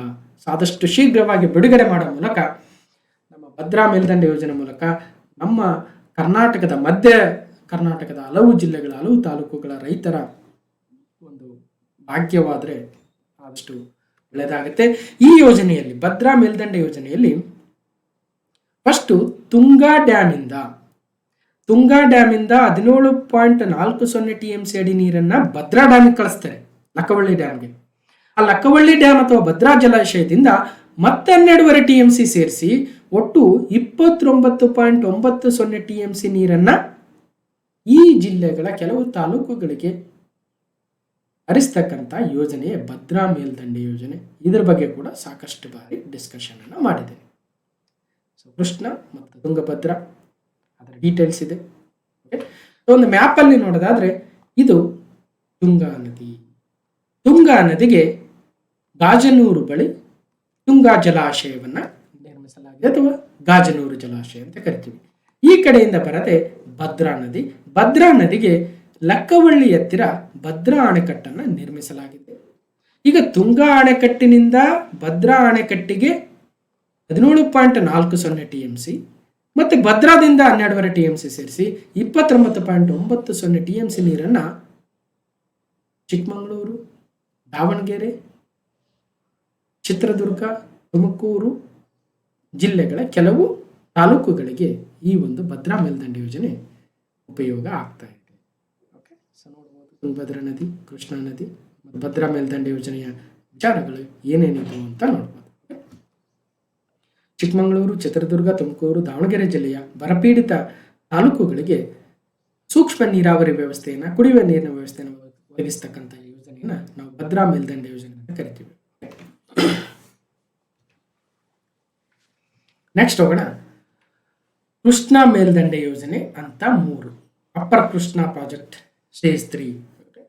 ಈ ವ್ಯಾಪ್ತಿಯ ಆಲಮಟ್ಟಿ ಅಣೆಕಟ್ಟಿನ ಗೇಟನ್ನು 524.256 ಮೀಟರ್ಗೆ ಎತ್ತರಿಸುವುದರಿಂದ ಮುಳುಗಡೆಯಾಗುವ ಜಮೀನುಗಳನ್ನು ಒಪ್ಪಂದ ತೀರ್ಪಿನ ಕಾನ್ಸೆಂಟ್ ಅವಾರ್ಡ್ ಮುಖಾಂತರ ಒಂದೇ ಹಂತದಲ್ಲಿ ಭೂಸ್ವಾಧೀನಪಡಿಸಿಕೊಂಡು ರೈತರಿಗೆ ಪರಿಹಾರ ವಿತರಣೆಗೆ ಕ್ರಮ ವಹಿಸಲಾಗುವುದು. ಅಲ್ಲದೆ 2.01 ಲಕ್ಷ ಎಕರೆ ನೀರಾವರಿ ಸಾಮರ್ಥ್ಯ ಕಲ್ಪಿಸುವ ಬಾಕಿ ಕಾಮಗಾರಿಗಳನ್ನು ಅನುಷ್ಠಾನಗೊಳಿಸೋದಕ್ಕೆ ಕ್ರಮ ಕೈಗೊಳ್ಳುತ್ತವೆ ಅಂತ ಹೇಳ್ತಾ ಇದ್ದಾರೆ. ಕೃಷ್ಣಾ ಮೇಲ್ದಂಡೆ ಯೋಜನೆ ನೋಡಿ ಎಷ್ಟು ಎತ್ತರ ಏರಿಸಲು ಅನುಮತಿಯನ್ನು ಕೊಟ್ಟಿದೆ ಸುಪ್ರೀಂ ಕೋರ್ಟ್ ಅಂದ್ರೆ 524.256. ಇನ್ನು ಮೇಕೆದಾಟು ಸಮತೋಲನ ಜಲಾಶಯ ಯೋಜನೆಯ ಪೂರ್ವ ಸಿದ್ಧತಾ ಕಾರ್ಯ ಅಂತಿಮಗೊಂಡಿದ್ದು ಕೇಂದ್ರ ಸರ್ಕಾರದ ಸಕ್ಷಮ ಪ್ರಾಧಿಕಾರಗಳ ತಿರುವಳಿ ದೊರೆತ ಕೂಡಲೇ ಯೋಜನೆಯನ್ನು ಅನುಷ್ಠಾನಗೊಳಿಸಲಾಗುವುದು. ನೋಡಿ ಮತ್ತೊಂದು ಮೇಕೆದಾಟು, ಅಪ್ಪರ್ ಕೃಷ್ಣ. ಫಸ್ಟ್ ಮೇಕೆದಾಟು ನೋಡೋಣ. ಸೊ ಇದು ಆರಂಗಿ ಜಲಾಶಯ, ಇದು ಹೇಮಾವತಿ ಜಲಾಶಯ. ಆರಂಗಿ ಮತ್ತು ಹೇಮಾವತಿಗಳು ಹರಿದು ಬಂದು ಕೃಷ್ಣ ರಾಜಸಾಗರದಲ್ಲಿ ಕಾವೇರಿಯನ್ನ ಸಂಗಮವಾಗ್ತವೆ. ಮುಂದೆ ಕಾವೇರಿ ಹರಿದು ಹೋಗ್ಬೇಕಾದ್ರೆ ಕಬಿನಿ ನದಿಯು ಕೂಡ ಬಂದು ಕಾವೇರಿಯನ್ನು ಸೇರಿಕೊಳ್ಳುತ್ತದೆ. ಹಾಗೆ ಮುಂದೆ ಕರ್ನಾಟಕದ ಗಡಿಭಾಗವಾಗಿರ್ತಕ್ಕಂತಹ ಬಿಳಿಗುಂಡ್ಲುವಿನಲ್ಲಿ ಒಂದು ಲೆಕ್ಕ ಹಾಕುವ ಮೀಟರ್ ಅನ್ನ ಇಟ್ಟಿದ್ದಾರೆ. ಬಿಳಿಗುಂಡ್ಲು ಜಲಾಶಯ ಅಂತ ಕರಿತೀವಿ. ಇಲ್ಲಿ ತಮಿಳುನಾಡಿಗೆ ಎಷ್ಟು ನೀರನ್ನ ಹರಿಬಿಡಲಾಯಿತು ಅಂತ ಲೆಕ್ಕ ಹಾಕ್ತೀವಿ ಬಿಳಿಗುಂಡ್ಲು ಜಲಾಶಯದಲ್ಲಿ. ಹೀಗೆ ತಮಿಳುನಾಡಿಗೆ ನೀರನ್ನ ಹರಿಬಿಡುವ ಪೂರ್ವದಲ್ಲಿ ಅರ್ಕಾವತಿಯು ಬಂದು ಕಾವೇರಿಯನ್ನು ಸಂಗಮವಾಗುವ ಸ್ಥಳದಲ್ಲಿ ಮೇಕೆದಾಟು ಇದೆ. ಆ ಮೇಕೆದಾಟುವಿನಲ್ಲಿ ಒಂದು ಹೊಸ ಜಲಾಶಯವನ್ನ ನಿರ್ಮಾಣ ಮಾಡೋ ಮೂಲಕ ಹೆಚ್ಚಿನ ನೀರೇನು ಹರಿದು ಹೋಗ್ತಾ ಇದೆ ತಮಿಳುನಾಡಿಗೆ ಅದನ್ನ ಕಂಟ್ರೋಲ್ ಮಾಡಿ ಸರಿಯಾಗಿ ಲೆಕ್ಕದ ಪ್ರಕಾರ ಅವ್ರಿಗೆ ಎಷ್ಟು ಕೊಡಬೇಕು ಅಷ್ಟೇ ನೀರನ್ನು ಕೊಡೋಣ ಎನ್ನುವ ಉದ್ದೇಶಕ್ಕೆ ರಾಜ್ಯ ಸರ್ಕಾರ ಮಹತ್ವಾಕಾಂಕ್ಷಿ ಒಂದು ಡ್ಯಾಮ್ ಅನ್ನು ನಿರ್ಮಾಣ ಮಾಡಬೇಕಂತ ಇದೆ. ಸುಮಾರು 67 TMC ನೀರಿನ ಸಾಮರ್ಥ್ಯ, 5,900 ಕೋಟಿ ರೂಪಾಯಿಗಳ ಯೋಜನೆ, 99 ಮೀಟರ್ ಡ್ಯಾಮಿನ ಎತ್ತರ, 674 ಮೀಟರ್ ಡ್ಯಾಮಿನ ಉದ್ದ ಇದೆ ಮತ್ತು 400 ಮೆಗಾವ್ಯಾಟ್ ವಿದ್ಯುತ್ ಉತ್ಪಾದಿಸುವ ಸಾಮರ್ಥ್ಯದ ಒಂದು ಹೈಡ್ರೋ ಪವರ್ ಪ್ಲಾಂಟ್ ಅನ್ನು ಕೂಡ ಅಲ್ಲಿ ನಿರ್ಮಾಣ ಮಾಡುವ ಯೋಜನೆ ಆಗುತ್ತೆ ಮೇಕೆದಾಟು ಯೋಜನೆ. ಬಟ್ ಇದಕ್ಕೆ ಇನ್ನು ಕೇಂದ್ರ ಸರ್ಕಾರದಿಂದ ಒಪ್ಪಿಗೆ ಇಲ್ಲ. ತಮಿಳುನಾಡಿನಿಂದ ಬಹಳಷ್ಟು ಪ್ರೆಜರ್ ಕೂಡ ಬರ್ತಾ ಇದೆ. ಇಲ್ಲಿ ಕಾರಣ ಏನಂದ್ರೆ ನಮ್ಮ ನೀರು ನಾವು ಇಟ್ಕೊಳ್ತೀವ್ರಿ, ಉಳಿದೆಲ್ಲ ನೀರು ನಿಮಗೆ ಕರೆಕ್ಟ್ ಲೆಕ್ಕ ಕೊಡ್ಬೇಕಲ್ವಾ, ಆ ಲೆಕ್ಕವನ್ನ ಪಕ್ಕಾ ಕೊಡ್ತೀವಿ, ನಮಗೆ ಎಷ್ಟ ರಿಸರ್ವಾಯರ್ಸ್ ನಿರ್ಮಾಣ ಮಾಡ್ಕೊಳ್ಳಿ ನಮ್ಮೊಳಗೆ ಅಲ್ವಾ. ಸೊ ಏನಾಗುತ್ತೆ ನೋಡೋಣ. ಒಟ್ಟಾರೆ ಇದು ಮೇಕೆದಾಟು ಜಲಾಶಯ. ಇನ್ನು ಕೃಷ್ಣಾ ಮೇಲ್ದಂಡೆ ಯೋಜನೆ ಬಗ್ಗೆ ಅಂತೂ ಪ್ರತಿ ಸಲ ಮಾತಾಡ್ತಾನೆ ಇದ್ದೀವಿ. ಸೊ ಕೃಷ್ಣಾ ನ್ಯಾಯಾಧಿಕರಣ 2 ಡಿಸೆಂಬರ್ 2010ರಲ್ಲಿ ತೀರ್ಪನ್ನು ನೀಡಿದ್ದು ರಾಜ್ಯಕ್ಕೆ 173 TMC ನೀರಿನ ಹಂಚಿಕೆಯನ್ನು ಮಾಡಿರುತ್ತದೆ. ಈ ಪೈಕಿ ಕೃಷ್ಣಾ ಮೇಲ್ದಂಡೆ ಯೋಜನೆ ಅಂತ 3ರ ಅನುಷ್ಠಾನಕ್ಕಾಗಿ 130 TMC ಹಂಚಿಕೆಯಾಗಿದ್ದು, ಸದರಿ ನೀರಿನ ಬಳಕೆಯು ಆಲಮಟ್ಟಿ ಜಲಾಶಯದ ನೀರಿನ ಸಂಗ್ರಹಣೆಯನ್ನ RL 519.6 ಮೀಟರ್ ಇಂದ 524.256 ಮೀಟರ್ ಎತ್ತರಿಸುವುದು ಒಳಗೊಂಡಿದ್ದು, ಉತ್ತರ ಕರ್ನಾಟಕದ ವಿಜಯಪುರ, ಬಾಗಲಕೋಟೆ, ಕಲಬುರಗಿ, ಯಾದಗಿರಿ, ರಾಯಚೂರು, ಕೊಪ್ಪಳ, ಗದಗ ಜಿಲ್ಲೆಗಳ ಅಡಿಯಲ್ಲಿ ಬರುವ ಒಟ್ಟಾರೆ 5.94 ಲಕ್ಷ ಹೆಕ್ಟೇರ್ ಕ್ಷೇತ್ರಕ್ಕೆ ನೀರಾವರಿಯನ್ನು ಒದಗಿಸತಕ್ಕಂತಹ ಯೋಜನೆಯೇ ಕೃಷ್ಣಾ ಮೇಲ್ದಂಡೆ ಯೋಜನೆ ಅಂತ 3 ಅಪ್ಪರ್ ಕೃಷ್ಣಾ ಪ್ರಾಜೆಕ್ಟ್ ಸ್ಟೇಜ್ 3 ಆಗುತ್ತೆ.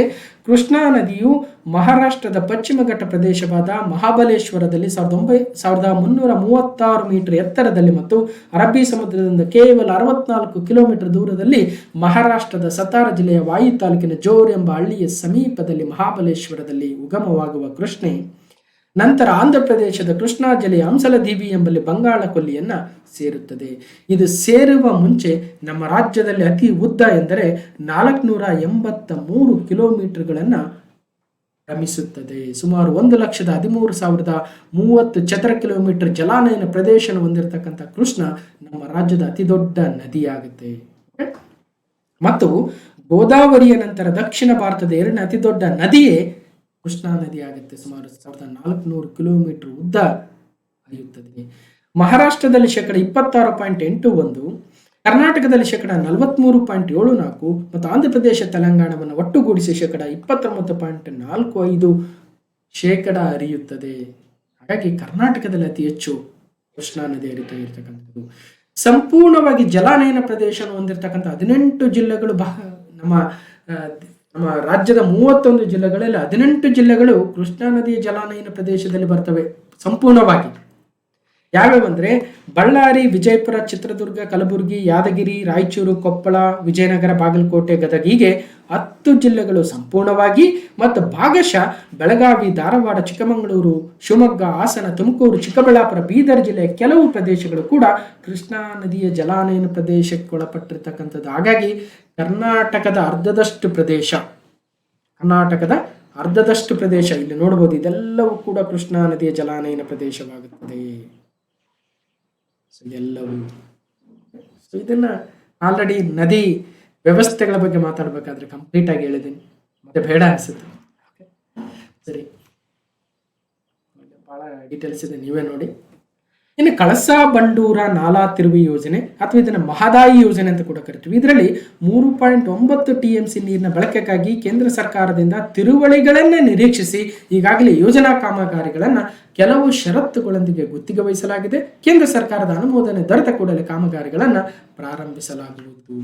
ಹಾಗಾದರೆ ಕಳಸಾ ಬಂಡೂರ ನಾಲಾ ಯೋಜನೆ ಬಗ್ಗೆ ಕ್ಲಾಸ್ ನಂಬರ್ 632 ಅಲ್ಲಿ ಕಳಸಾ ಬಂಡೂರ ನಾಲಾ ಪ್ರಾಜೆಕ್ಟ್ ಅಥವಾ ಮಹದಾಯಿ ಯೋಜನೆ, ಟ್ರಿಬ್ಯುನಲ್ ವರ್ಡಿಕ್ಟ್ ಏನಿದೆ, ಪ್ರಾಜೆಕ್ಟ್ ಡೀಟೇಲ್ಸ್ ಏನಿದೆ, ಓಲ್ಡ್ ಕ್ವಶನ್ ಪೇಪರ್ ಅಲ್ಲಿ ಏನು ಕೇಳಿದ್ರು ವಿತ್ ಮ್ಯಾಪ್ಸ್ ಹೇಳಿದ್ದೀನಿ.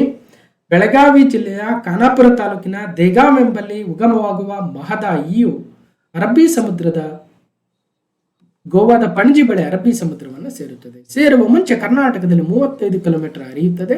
4,045 ಚದರ ಕಿಲೋಮೀಟರ್ ಜಲಾನಯನ ಪ್ರದೇಶ ಹೊಂದಿರತಕ್ಕಂಥ ಮಹದಾಯಿಗೆ ಕಳಸಾ ಮತ್ತು ಬಂಡೂರ ಎನ್ನುವ 2 ಉಪನದಿಗಳು ಅಥವಾ ಹಳ್ಳಗಳು ಅಂತ ಕರಿಬಹುದು. ಹೀಗೆ ಕಳಸಾ ಮತ್ತು ಬಂಡೂರ ನಾಲೆಗಳಿಂದ ಮಲಪ್ರಭಾ ನದಿಗೆ ನೀರನ್ನು ಹರಿಸುವ ಯೋಜನೆಯನ್ನೇ ನಾವು ಕಳಸಾ ಬಂಡೂರ ನಾಲಾ ಯೋಜನೆ ಅಥವಾ ಮಹದಾಯಿ ನಾಲಾ ಯೋಜನೆ ಅಂತ ಕರಿತೀವಿ.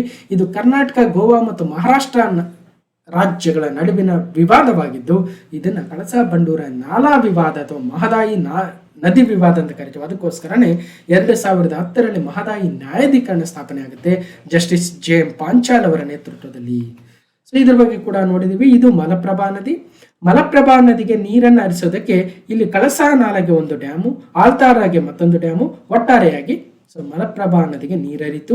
ಅದೇ ರೀತಿಯಾಗಿ ಬಂಡೂರ ನಾಲೆಗೂ ಕೂಡ ಒಂದು ಡ್ಯಾಮ್ ಅನ್ನ ಕಟ್ಟಿ ಅಲ್ಲಿಂದ ಮಲಪ್ರಭಾ ನದಿಗೆ ನೀರನ್ನ ಹರಿಸುವ ಮುಖಾಂತರ ನೀರಿನ ಅಭಾವವನ್ನು ಹೊಂದಿರತಕ್ಕಂತಹ ಧಾರವಾಡ, ಗದಗ, ಬೆಳಗಾವಿ ಜಿಲ್ಲೆಯ ಕೆಲವು ತಾಲೂಕುಗಳಿಗೆ ನೀರುಣಿಸ್ತಕ್ಕಂತಹ ಯೋಜನೆಯೇ ಮಹದಾಯಿ ಯೋಜನೆ ಆಗುತ್ತೆ. ಅದ್ರ ಬಗ್ಗೆ ಕೇಂದ್ರದಿಂದ ಅನುಮೋದನೆಯನ್ನು ಒಂದಷ್ಟು ವೆಯ್ಟ್ ಮಾಡ್ತಾ ಇದ್ದೀವಿ. ಅದು ಸಿಕ್ಕ ಕೂಡಲೇ ಮತ್ತಷ್ಟು ಕಾಮಗಾರಿಗಳನ್ನು ಮಾಡ್ತೀವಿ ಅಂತ ಹೇಳ್ತಾ ಇದ್ದೀವಿ. ಓಕೆ, ಇನ್ನು ಬೇರೆ ಬೇರೆ ಕಾಮಗಾರಿಗಳೇನಿದಾವೆ ಅವನ್ನು ಕೂಡ ನಾವು ಕಂಪ್ಲೀಟ್ ಮಾಡ್ತೀವಿ ಅನ್ನೋ ವಿಚಾರವನ್ನು ಬಜೆಟಲ್ಲಿ ಹೇಳ್ತಾ ಹೋಗ್ತಾರೆ. ಮತ್ತೊಂದು, ತುಂಗಭದ್ರಾ ಜಲಾಶಯದಲ್ಲಿ ತುಂಬಿರುವ ಹೂಳಿನಿಂದಾಗಿ ನೀರಿನ ಸಂಗ್ರಹಣೆಯಲ್ಲಿ ಆಗಿರುವ ಕೊರತೆಯನ್ನು ಸರಿದೂಗಿಸಲು ಕೊಪ್ಪಳ ಜಿಲ್ಲೆಯ ನವಲಿ ಸಮತೋಲನ ಜಲಾಶಯ ನಿರ್ಮಾಣವನ್ನು ಸೇರಿದಂತೆ ಪರ್ಯಾಯ ಮಾರ್ಗೋಪಾಯಗಳ ಬಗ್ಗೆ ಆಂಧ್ರಪ್ರದೇಶ ಮತ್ತು ತೆಲಂಗಾಣ ರಾಜ್ಯಗಳೊಂದಿಗೆ ಚರ್ಚಿಸಿ ಅಂತಿಮಗೊಳಿಸಲಾಗುವುದು. ಪ್ರತಿ ಬಜೆಟಲ್ಲೂ ಈ ವಿಚಾರ ಹೇಳ್ತೀವಿ, ಬಟ್ ಪ್ರೋಗ್ರೆಸ್ ಅಷ್ಟಾಗಿ ಕಾಣಿಸ್ತಾ ಇಲ್ಲ. ಇಲ್ಲಿಗೆ 6 ಬಜೆಟ್ ಆಯ್ತು ಅನ್ಸುತ್ತೆ. 2020 ಬಜೆಟ್ ಸೇರಿಕೊಂಡು 5-6 ಬಜೆಟ್ ಆದವು, ಪ್ಲಸ್ ಇನ್ ಬಿಟ್ವೀನ್ ಒಂದಷ್ಟು ಇಂಟ್ರಿಮ್ ಬಜೆಟ್ಸ್ ಕೂಡ ಬಂದಿದ್ವು. ಅವೆಲ್ಲವನ್ನ ನೋಡಿದ್ರೆ ಪ್ರತಿ ಬಜೆಟಲ್ಲೂ ಕೊಪ್ಪಳ ಜಿಲ್ಲೆಯ ನವಲಿಯಲ್ಲಿ ಸಮತೋಲನ ಜಲಾಶಯ ಅಂತ ಹೇಳ್ತಾರೆ. ನಮ್ಮ ಭಾಗದ ಜನರು ಕೂಡ ಈ ತುಂಗಭದ್ರಾ ಜಲಾಶಯದಲ್ಲಿ ಏನು ಹೂಳು ತುಂಬಿ ನೀರು ವ್ಯರ್ಥವಾಗಿ ಹರಿದು ಹೋಗ್ತಾ ಇದೆ ಆಂಧ್ರ ಪ್ರದೇಶಕ್ಕೆ, ಆ 25-30 TMC ನೀರು ನಮಗೆ ಸಿಕ್ಕರೆ ನಮ್ಮ ಟೇಲೆಂಡಲ್ಲಿ ಏನಾಗ್ತಾ ಇದೆ ಅಲ್ವಾ? ನಮ್ಮ ರಾಯಚೂರು ಜಿಲ್ಲೆ ಎಷ್ಟೋ ರೈತರಿಗೆ ಇವತ್ತು ನೀರೇ ಸಿಗ್ತಾ ಇಲ್ಲ ಅಲ್ವಾ? ಅದಕ್ಕೆ ಕಾರಣ ಮೇಯ್ನಲ್ಲಿ ಒಂದು, ತುಂಗಭದ್ರಾ ಜಲಾಶಯದಲ್ಲಿ ಹೂಳು ತುಂಬಿರೋದ್ರಿಂದ ನೀರಿನ ಸಂಗ್ರಹಣಾ ಸಾಮರ್ಥ್ಯ ಫಸ್ಟ್ ಕಡಿಮೆ ಆಗ್ಬಿಟ್ಟಿದೆ. ಇರೋ ನೀರೆಲ್ಲ ಎಲ್ಲ ಬಳಸ್ಕೋಬೇಕು ಒಂದು. ಓಕೆ, ಇನ್ನೊಂದು ಅಕ್ರಮ ನೀರಾವರಿ ವ್ಯವಸ್ಥೆ ಆಗಿರ್ತಕ್ಕಂಥ, ಅಂದರೆ ಆ್ಯಕ್ಚುಯಲ್ ನೀರಾವರಿ ಎಷ್ಟೋ ಕೆನಾಲಿಂದ ಎಷ್ಟೋ ಎಕರೆ ಪ್ರದೇಶ ಅಂತ ಇರುತ್ತೆ, ಮತ್ತು ಎಕ್ಸ್ಟ್ರಾ ನೀರಾವರಿ ಮಾಡ್ಕೊಂಡ್ಬಿಟ್ಟಿರ್ತಾರೆ. ಅದು ಮತ್ತೊಂದು ಪ್ರಾಬ್ಲಮ್ ಆಗುತ್ತೆ. ಒಟ್ಟಾರೆಯಾಗಿ ನವಲಿ ಜಲಾಶಯ ಬಂದರೆ ಇವೆಲ್ಲವುಗಳಿಗೆ ಒಂದು ಹಂತದಲ್ಲಿ ನಾವು ಪರಿಹಾರವನ್ನು ಕಂಡ್ಕೋಬಹುದು. ಆದಷ್ಟು ಶೀಘ್ರದಲ್ಲಿ ನಮ್ಮ ರಾಜ್ಯ ಸರ್ಕಾರ ತೆಲಂಗಾಣ ಮತ್ತು ಆಂಧ್ರ ಪ್ರದೇಶ ರಾಜ್ಯಗಳೊಂದಿಗೆ ಒಪ್ಪಂದವನ್ನು ಮಾಡಿಕೊಂಡು, ನಿಮಗೆ ನೀರು ಕೊಡ್ತೇವ್ರಿ, ನಾವು 10 ಡ್ಯಾಮ್ ಕಟ್ಕೊಳ್ಳಿ ಪರವಾಗಿಲ್ಲ, ಅವ್ರದ್ದೇನು ಉದ್ದೇಶ, ಹೂಳು ತುಂಬಿಟ್ಟಿದೆ, ನೀರು ಹರಿದು ಬರ್ತಾ ಇದೆ ಎಕ್ಸ್ಟ್ರಾ, ನಮ್ಮ ಡ್ಯಾಮ್ಗಳಲ್ಲಿ ಸಂಗ್ರಹ ಮಾಡ್ಕೊಂಬಿಡೋಣ ಅನ್ನೋದು ಅವ್ರ ಆಲೋಚನೆ ಕರೆಕ್ಟ್ ಆಗಿದೆ. ಆದರೆ ನಾವೇನು ಹೇಳ್ತಾ ಇದ್ದೀವಿ, ನಿಮಗೆ ಕೊಡ್ಬೇಕಾಗಿರ್ತಕ್ಕಂಥ ನೀರನ್ನು ನಾವು ಕೊಟ್ಬಿಡ್ತೀವ್ರಿ, ನಮಗೆ ಬರಗಾಲ ಬಂದ್ರೆ ಪರವಾಗಿ ನಿಮಗೆ ಕೊಡ್ಬೇಕಲ್ವಾ, ಆ ನ್ಯಾಯಾಧಿಕರಣ ಏನು ಹೇಳ್ತಾ ಅಷ್ಟು ನೀರು ಕೊಡ್ತೀವಿ. ಒಂದು ವೇಳೆ ಎಕ್ಸ್ಟ್ರಾ ಮಳೆ ಬಂದರೆ ನಾವು ನೀರು ಇಟ್ಕೊಳ್ತೀವಿ ಅಲ್ವಾ? ನೋಡಿ ಹೆಂಗಿದೆ, ಏನು ಮಾಡೋದು? ಒಂದು ಕೇಂದ್ರ ಸರ್ಕಾರನೋ ಅಥವಾ ಕೋರ್ಟು ಇದಕ್ಕೆ ಒಳ್ಳೆ ಸೊಲ್ಯೂಷನ್ ಕೊಟ್ಟಷ್ಟು ಒಳ್ಳೆಯದು, ಅಥವಾ ಇವರೇ ಮಾತುಕತೆ ಮೂಲಕ ಬಗೆಹರಿಸಿಕೊಂಡ್ರಂತೂ ಇನ್ನೂ ಚೆನ್ನಾಗಿರುತ್ತೆ. ರಾಜ್ಯದ ಪ್ರಮುಖ ಅಣೆಕಟ್ಟು ಗೇಟುಗಳ ಸದೃಢತೆಯನ್ನು ತಾಂತ್ರಿಕ ಪರಿಶೀಲನೆಗೊಳಪಡಿಸಿ ಅಗತ್ಯ ಕಂಡು ಬಂದಲ್ಲಿ ಗೇಟುಗಳನ್ನು ದುರಸ್ತಿಗೊಳಿಸಲು ಮತ್ತು ಬದಲಿಸಲು ಆದ್ಯತೆಯ ಮೇಲೆ ಕ್ರಮ ವಹಿಸಲಾಗುವುದು. ಇದೇ ತುಂಗಭದ್ರಾ ಜಲಾಶಯದಲ್ಲಿ 19ನೇ ಗೇಟ್ ಏನಾಗಿತ್ತು, ಕನಯ್ಯನಾಯ್ಡು ಬಂದು ಅದನ್ನು ಸರಿ ಮಾಡಿದ್ರು ಅಲ್ವಾ? ಹಾಗಾಗಿ ಒಟ್ಟಾರೆಯಾಗಿ ಪ್ರಮುಖ ಅಣೆಕಟ್ಟು ಗೇಟುಗಳ ಸದೃಢತೆಯನ್ನು ಟೆಕ್ನಿಕಲಿ ನಾವು ಚೆಕ್ ಮಾಡಿಸಿ ವೆರಿಫೈ ಮಾಡಿಸಿ, ಒಂದು ವೇಳೆ ಏನಾದರೂ ರಿಪೇರಿ ಮಾಡಿಸ್ಬೇಕಾ ರಿಪೇರಿ ಮಾಡಿಸ್ತೀವಿ, ಚೇಂಜ್ ಮಾಡಿಸ್ಬೇಕಾ ಚೇಂಜ್ ಮಾಡಿಸ್ತೀವಿ ಅಂತ ಹೇಳಿದ್ದಾರೆ. ಅದಕ್ಕೋಸ್ಕರ ಕಳೆದ ಬಜೆಟ್ ಇದೆ ನೋಡಿ, ತುಂಗಭದ್ರಾ ಜಲಾಶಯದಲ್ಲಿ ಹೂಳ ಸಂಗ್ರಹಣೆಯಿಂದ ಉಂಟಾಗಿರುವ ನೀರು ಸಂಗ್ರಹಣಾ ಸಾಮರ್ಥ್ಯದ ಕೊರತೆ ನಿವಾರಿಸಲು ಜಲಾಶಯ ವ್ಯಾಪ್ತಿಯಲ್ಲಿನ ರೈತರ ಬಹುದಿನದ ಬೇಡಿಕೆಯಾಗಿರತಕ್ಕಂತಹ ಕೊಪ್ಪಳ ಜಿಲ್ಲೆಯ ನವಲಿ ಬಳಿ ಸಮತೋಲನ ಜಲಾಶಯ ನಿರ್ಮಾಣ ಯೋಜನೆಯು 15,600 ಕೋಟಿ ರೂಪಾಯಿ ಮೊತ್ತದ ವಿವರವಾದ ಯೋಜನಾ ವರದಿ ಸಿದ್ಧವಾಗಿದೆ. ಸದರಿ ಯೋಜನೆ ಅನುಷ್ಠಾನ ಸಂಬಂಧ ಆಂಧ್ರಪ್ರದೇಶದ ಮತ್ತು ತೆಲಂಗಾಣದ ರಾಜ್ಯಗಳೊಂದಿಗೆ ಸಮಾಲೋಚನೆ ಪ್ರಕ್ರಿಯೆ ಚಾಲನೆಗೊಳಿಸಲಾಗಿದ್ದು ಯೋಜನೆ ಕಾರ್ಯಗತಗೊಳಿಸಲು ಆದ್ಯತೆ ನೀಡಲಾಗುವುದು ಅಂತ ಕಳೆದ ಬಜೆಟ್ ಅಲ್ಲಿ ಹೇಳಿದ್ರು. ಬಟ್ ಈ ಬಜೆಟಲ್ಲಿ ಯಾಕೋ ಒಂದು ಚೂರು ನಾವು ಆಳವಾಗಿ ನೋಡಿದಾಗ ಸ್ವಲ್ಪ ನಮ್ಮ ಆಸೆ, ನಮ್ಮ ಭರವಸೆಗಳು ಯಾಕೋ ಮಸುಕಾಗ್ತಾ ಇದ್ದಾವೆ ಅನಿಸ್ತಾ ಇದೆ. ನೋಡಬೇಕಾದ್ರೆ ಕೊಪ್ಪಳ ಜಿಲ್ಲೆಯಲ್ಲಿ ನವಲಿ ಸಮತೋಲನ ಜಲಾಶಯ ನಿರ್ಮಾಣವೂ ಸೇರಿದಂತೆ ಪರ್ಯಾಯ ಮಾರ್ಗೋಪಾಯಗಳು, ನಿರ್ಮಾಣವೂ ಸೇರಿದಂತೆ ಅಂದರೆ ನಿರ್ಮಾಣ ಮಾಡದೆ ಹೋದ್ರೆ ಬೇರೆ ಏನಾದರೂ ಪರ್ಯಾಯ ಮಾರ್ಗೋಪಾಯ ಕಂಡುಹಿಡಿದು ಬಿಡ್ತೀರಾ ಅಂತ ಅನಿಸ್ತಾ ಇದೆ ಅಲ್ವಾ? ಅದರ ಅರ್ಥ ನಮಗೆ ಬೇರೆ ಪರ್ಯಾಯ ಮಾರ್ಗ ಬೇಡ್ರಿ, ಫಸ್ಟ್ ಏನು ಜಲಾಶಯ ನಿರ್ಮಾಣ ಮಾಡಿ ಅಂತ ರೈತರು ಕೇಳ್ತಾರೆ. ನೋಡಿ ಅದ್ರ ಬಗ್ಗೆ ಡೀಟೇಲ್ಸ್ ಇದೆ. ಈ ಒಂದು ಡ್ಯಾಮ್ನ ಕೆಪಾಸಿಟಿ ಎಷ್ಟಿರ್ಬೋದು ಅಂದರೆ 32 TMC ಗುರಿಯನ್ನು ಹೊಂದಲಾಗಿದೆ. ನವಲಿಯಲ್ಲಿ 8,000 ಹೆಕ್ಟೇರ್ ಖಾಸಗಿ ಮತ್ತು 2,000 ಹೆಕ್ಟೇರ್ ಸರ್ಕಾರಿ ಭೂಮಿ ಇದೆ, ಅದನ್ನು ಪರ್ಚೇಸ್ ಮಾಡ್ತೀವಿ. 65% ಯೋಜನೆಯ ಲಾಭ ಕರ್ನಾಟಕಕ್ಕೆ ಸಿಕ್ಕರೆ ಆಂಧ್ರ ತೆಲಂಗಾಣಕ್ಕೆ 35% ಅಂತೆ. ವೆಚ್ಚ ಕೂಡ ಕರ್ನಾಟಕ ಹೆಚ್ಚಿಗೆ ಮಾಡೋಕ್ಕೆ ರೆಡಿ ಇದೆ. ಸೊ ಅದ್ರ ಬಗ್ಗೆ ಹಿಂದೆ ಕೂಡ ಡಿಸ್ಕಷನ್ ಮಾಡಿದ್ದೇನೆ, ನೋಡ್ಬೋದು. ಮತ್ತಿದು ಮತ್ತಷ್ಟು ಮುಂದೆ ಸುದ್ದಿಗೆ ಬಂದಾಗ ಮಾತಾಡೋಣ. ಅದ್ರ ಬಗ್ಗೆ ಪೇಪರ್ ಕಟ್ಟಿಂಗ್ಸ್ ಇದಾವೆ ನೋಡಿ. ಇನ್ನು ಕ್ವಶನ್ ನಂಬರ್ 3, ಈ ಒಂದು ಬಜೆಟ್ ಪ್ರಕಾರ ಸಣ್ಣ ನೀರಾವರಿ ಬಗ್ಗೆ ಕೆಳಗಿನ ಯಾವ ಹೇಳಿಕೆಗಳು ಸರಿಯಾಗಿದ್ದಾವೆ? ಸೊ ಮೈನರ್ ಇರಿಗೇಷನ್ ಕ್ಷೇತ್ರಕ್ಕೆ ಏನೇನು ಕೊಡುಗೆಗಳು, ಅದ್ರ ಬಗ್ಗೆ ಒಂದಷ್ಟು ಪ್ರಶ್ನೆಗಳು, ಒಂದಷ್ಟು ಅಂಶಗಳು, ಒಂದಷ್ಟು ಪೇಪರ್ ಕಟ್ಟಿಂಗ್ಸು ನೋಡೋಣ. ಎತ್ತಿನಹೊಳೆ ಯೋಜನೆಯ ನೀರನ್ನು ಬಳಸಿಕೊಂಡು ಮಧುಗಿರಿ ಮತ್ತು ಕೊರಟಗೆರೆ ಕೆರೆಗಳನ್ನು ತುಂಬಿಸಲು 553 ಕೋಟಿ ರೂಪಾಯಿಗಳನ್ನು ಬಳಸಲಾಗುವುದು. ಕೆರೆ ಮತ್ತು ಅಣೆಕಟ್ಟುಗಳ ಆಧುನೀಕರಣ ಸೇರಿದಂತೆ ಸಣ್ಣ ನೀರಾವರಿ ಯೋಜನೆಗಳನ್ನು 2,000 ಕೋಟಿ ರೂಪಾಯಿಗಳಲ್ಲಿ ಕೈಗೆತ್ತಿಕೊಳ್ಳಲಾಗುವುದು. ವೃಷಭಾವತಿ ವ್ಯಾಲಿ, ಬೆಂಗಳೂರಲ್ಲಿ ನೀವು ಕೆಂಗೇರಿ ಕಡೆ ಹೋದರೆ ಅಲ್ಲಿ ವೃಷಭಾವತಿ ಅನ್ನೋ ನದಿ ಬರುತ್ತೆ. ನಾವೇ ಎಲ್ಲಿದೆ ಸರ್ ನದಿ ನೋಡೇ ಇಲ್ಲ ಅನ್ಬೋದು. ಆ ಜ್ಞಾನಭಾರತಿ ಕಡೆ ಒಳಬೇಕಾದ್ರೆ ಒಂದು ದೊಡ್ಡ ನದಿ ಥರ ಹರಿತಾ ಇರುತ್ತೆ, ರಾಜಕಾಲುವೆ ಅಲ್ವಾ. ಸೊ ಅದೇ ವೃಷಭಾವತಿ ನದಿ. ಇವತ್ತು ಬೆಂಗಳೂರು ಬೆಳೆದಿರೋದ್ರಿಂದ ಆ ನದಿಯ ನೀರಿನಲ್ಲಿ ಏನಾಗ್ಬಿಟ್ಟಿದೆ, ಎಲ್ಲ ಈ ಡ್ರೈನೇಜ್ ನೀರೆಲ್ಲ ಸೇರಿ ವೃಷಭಾವತಿ ವ್ಯಾಲಿ ಹೋಗಿ ಏನೋ ಆಗಿದೆ. ಸೊ ಹಾಗಾಗಿ ಅಲ್ಲಿನ ಒಂದು ನೀರನ್ನು, ಆ ಕೊಳಚೆ ನೀರೇನಿದೆ ಅದನ್ನು ಸಂಸ್ಕರಿಸಿ ಸುಮಾರು 24 ಕೆರೆ ತುಂಬುವ ಕಾಮಗಾರಿಗಳನ್ನು ಪೂರ್ಣಗೊಳಿಸಲು ಇಲ್ಲಿ ಒಂದಷ್ಟು ಖರ್ಚು ಮಾಡ್ತೀವಿ ಅಂತ ಹೇಳ್ತಾ ಇದ್ದಾರೆ. ಒಟ್ಟಾರೆಯಾಗಿ ಇಲ್ಲಿ 1 ಮತ್ತು 2 ಸರಿ ಇದೆ. ಅಂದ್ರೆ ಏನು, ಎತ್ತಿನಹೊಳೆ ಯೋಜನೆಯಿಂದ ಮಧುಗಿರಿ ಕೊರಟಗೆರೆ ಕೆರೆಗಳನ್ನು ತುಂಬಿಸ್ತೀವಿ ಅಂತ ಹೇಳ್ತಾ ಇದ್ದಾರೆ, ಮತ್ತು ಸಣ್ಣ ನೀರಾವರಿಗಳಿಗೆ 2,000 ಕೋಟಿ ಕೊಡ್ತೀವಿ ಅಂತ ಹೇಳ್ತಾ ಇದ್ದಾರೆ. ಫೈನ್. ವೃಷಭಾವತಿ ವ್ಯಾಲಿದು ಒಂಚೂರು ಏನಂದ್ರೆ 70 ಕೋಟಿ ಅಲ್ಲ, ಜಾಸ್ತಿ ಕೋಟಿ. ಸೊ ಹಾಗಾಗಿ ಒಂಚೂರು ಕನ್ಫ್ಯೂಷನ್ ಕ್ರಿಯೇಟ್ ಮಾಡೋದಕ್ಕೆ ಆ್ಯಕ್ಚುಲಿ 70 ಕೋಟಿ ಅಲ್ಲ, ಎಷ್ಟಂತ ಹೇಳ್ತೀನಿ. ಇನ್ನು ಸಣ್ಣ ನೀರಾವರಿ ಕ್ಷೇತ್ರಕ್ಕೆ ಎತ್ತಿನಹೊಳೆ ಯೋಜನೆಯಿಂದ ತುಮಕೂರು ಜಿಲ್ಲೆಯ ಮಧುಗಿರಿ ತಾಲೂಕಿನ 45 ಕೆರೆ ಮತ್ತು ಕೊರಟಗೆರೆ ತಾಲೂಕಿನ 62 ಕೆರೆ ತುಂಬಿಸ್ತೀವಿ. ಆ ಮೂಲಕ ಅಂತರ್ಜಲ ಹೆಚ್ಚಿಸ್ತಕ್ಕಂಥದ್ದು. ಈಗ ಆಲ್ರೆಡಿ KC ವ್ಯಾಲಿ ನೋಡಿದ್ದೀವಲ್ವ. KC ವ್ಯಾಲಿ ಕೋರಮಂಗಲ, ಚಲ್ಲಘಟ್ಟ, ಅಂದರೆ ನಮ್ಮ ಬೆಂಗಳೂರಿನಲ್ಲಿರ್ತಕ್ಕಂಥ ಕೋರಮಂಗಲ ಮತ್ತು ಚಲ್ಲಘಟ್ಟ ಏರಿಯಾಗಳಿಂದ ಅಲ್ಲಿ ಬರ್ತಕ್ಕಂತಹ ಕೊಳಚೆ ನೀರನ್ನು ಸಂಸ್ಕರಿಸಿ ಕೋಲಾರ ಮತ್ತು ಚಿಕ್ಕಬಳ್ಳಾಪುರ ಜಿಲ್ಲೆಯ 100ಕ್ಕೂ ಹೆಚ್ಚಿನ ಕೆರೆಗಳನ್ನು ತುಂಬಿಸ್ತಕ್ಕಂಥ ಯೋಜನೆ KC ವ್ಯಾಲಿ ಪ್ರಾಜೆಕ್ಟ್. ಅದೀಗ ಆಲ್ರೆಡಿ ಸಕ್ಸಸ್ ಕೂಡ ಆಗಿದೆ. ಅಂತರ್ಜಲ ಅಂತೂ ಬಹಳ ಇಂಪ್ರೂವ್ ಆಗಿದೆ, ಬಟ್ ಅದರಿಂದ ಬೇರೆ ಬೇರೆ ವಿಚಾರಗಳು ಮುನ್ನೆಲೆಗೆ ಬಂದಿದ್ದಾವೆ, ಅದು ಬೇರೆ. ಆ ಅಂತರ್ಜಲದಲ್ಲಿ ನೀರೇನು ಹೆಚ್ಚಿಗೆ ಆಗಿದೆ, ಬಟ್ ಬರ್ತಾ ಇರ್ತಕ್ಕಂಥ ನೀರಿನಲ್ಲಿ ಏನಾಗಿದೆ, ಈ ಕೊಳಚೆ ನೀರಾಗಿರೋದ್ರಿಂದ, ಚರಂಡಿ ನೀರಾಗಿದ್ದರಿಂದ ಅಲ್ಲಿನ ಸಸ್ಯ ಸಂಕುಲಕ್ಕೆ ತೊಂದರೆ ಆಗಿದೆ ಅಂತ ಮೊನ್ನೆ ಪ್ರತಿಭಟನೆಗಳಾಗ್ತಾ ಇದ್ದವು. ನಾನು ಯಾವುದೋ ನ್ಯೂಸಲ್ಲಿ ನೋಡ್ತಾ ಇದ್ದೆ, ಅದು ಬೇರೆ ವಿಚಾರ. ಇನ್ನು ವೃಷಭಾವತಿ ವ್ಯಾಲಿಗೆ 1,080 ಕೋಟಿ ರೂಪಾಯಿ, ಬರೀ 70 ಕೋಟಿ ಅಲ್ಲ, 1,080 ಕೋಟಿ ರೂಪಾಯಿ 70 ಕೆರೆ ತುಂಬಿಸೋದು. ವೃಷಭಾವತಿ ವ್ಯಾಲಿ ಅಂದ್ರೆ ಗೊತ್ತಾಯ್ತು. ಇನ್ನು HN ವ್ಯಾಲಿ ಅಂತ ಕರಿತೀವಿ. HN ವ್ಯಾಲಿ ಅಂದ್ರೆ ಹೆಬ್ಬಾಳ, ನಾಗವಾರ ಅಂತ ಬರುತ್ತೆ. ನಮ್ಮ ಬೆಂಗಳೂರಲ್ಲಿ ಓಡಾಡಿರೋರಿಗೆ ಗೊತ್ತಿರುತ್ತೆ. ಹೆಬ್ಬಾಳ, ನಾಗವಾರದಲ್ಲಿ ಜನರೇಟ್ ಆಗ್ತಕ್ಕಂಥ ಕೊಳಚೆ ನೀರಿನಿಂದ ಮತ್ತೆ 24 ಕೆರೆ ತುಂಬಿಸುವ ಯೋಜನೆ. ಇನ್ನು ಬೆಂಗಳೂರು ಪೂರ್ವ ತಾಲೂಕಿನಲ್ಲಿ 18 ಕೆರೆ ತುಂಬಿಸುವ ಯೋಜನೆ. ಇವೆಲ್ಲವೂ ಕೂಡ ಪ್ರಸಕ್ತ ಸಾಲಿನಲ್ಲಿ ಒಂದಷ್ಟು ಅಮೌಂಟನ್ನು ಕೊಟ್ಟು ಕೈಗೆತ್ತಿಕೊಳ್ತೀವಿ ಅಂತ ಹೇಳ್ತಾ ಇದ್ದಾರೆ. ಇನ್ನು ಒಟ್ಟಾರೆಯಾಗಿ ರಾಜ್ಯದಲ್ಲಿ ಸಾಕಷ್ಟು ಸಣ್ಣ ನೀರಾವರಿ ಯೋಜನೆಗಳಿದ್ದಾವೆ.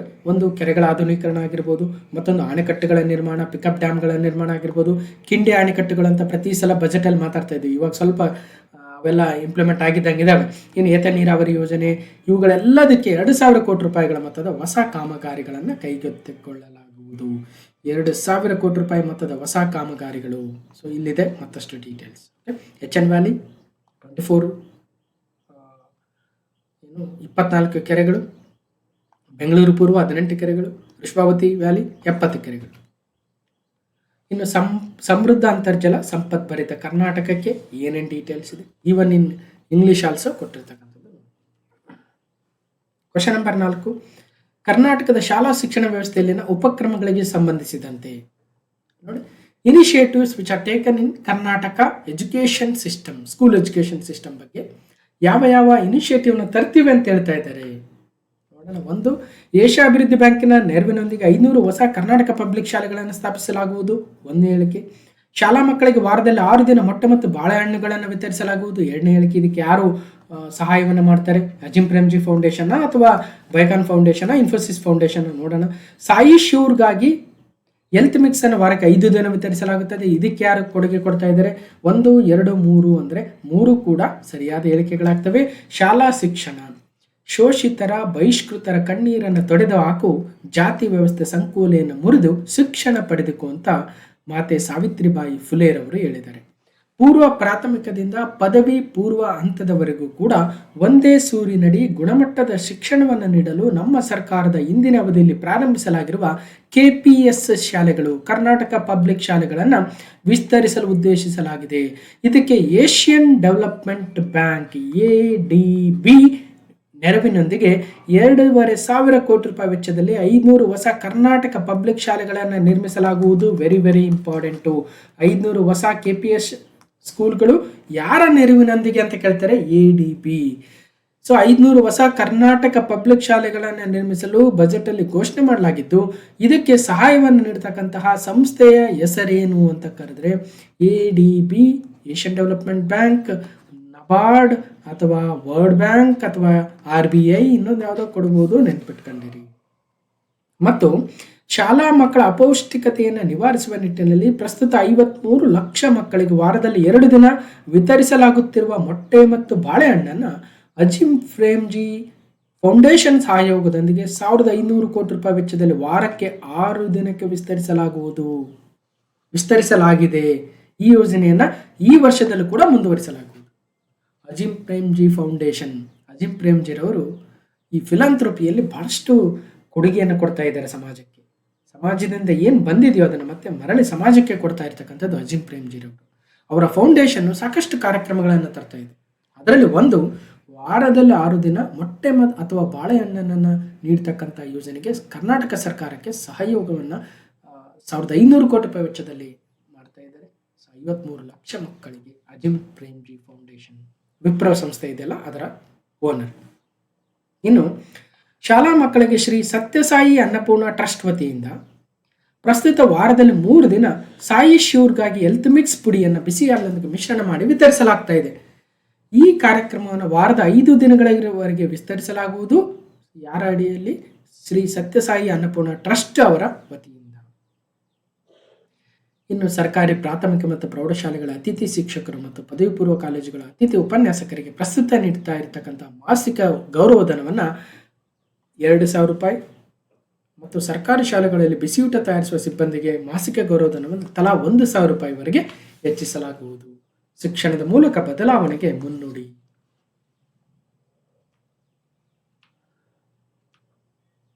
ಸಾಯಿ ಶ್ಯೂರ್, ಅಜಿಂ ಪ್ರೇಮ್ಜಿ ಫೌಂಡೇಶನ್ ಬಗ್ಗೆ ಡೀಟೇಲ್ಸ್ ಇದೆ.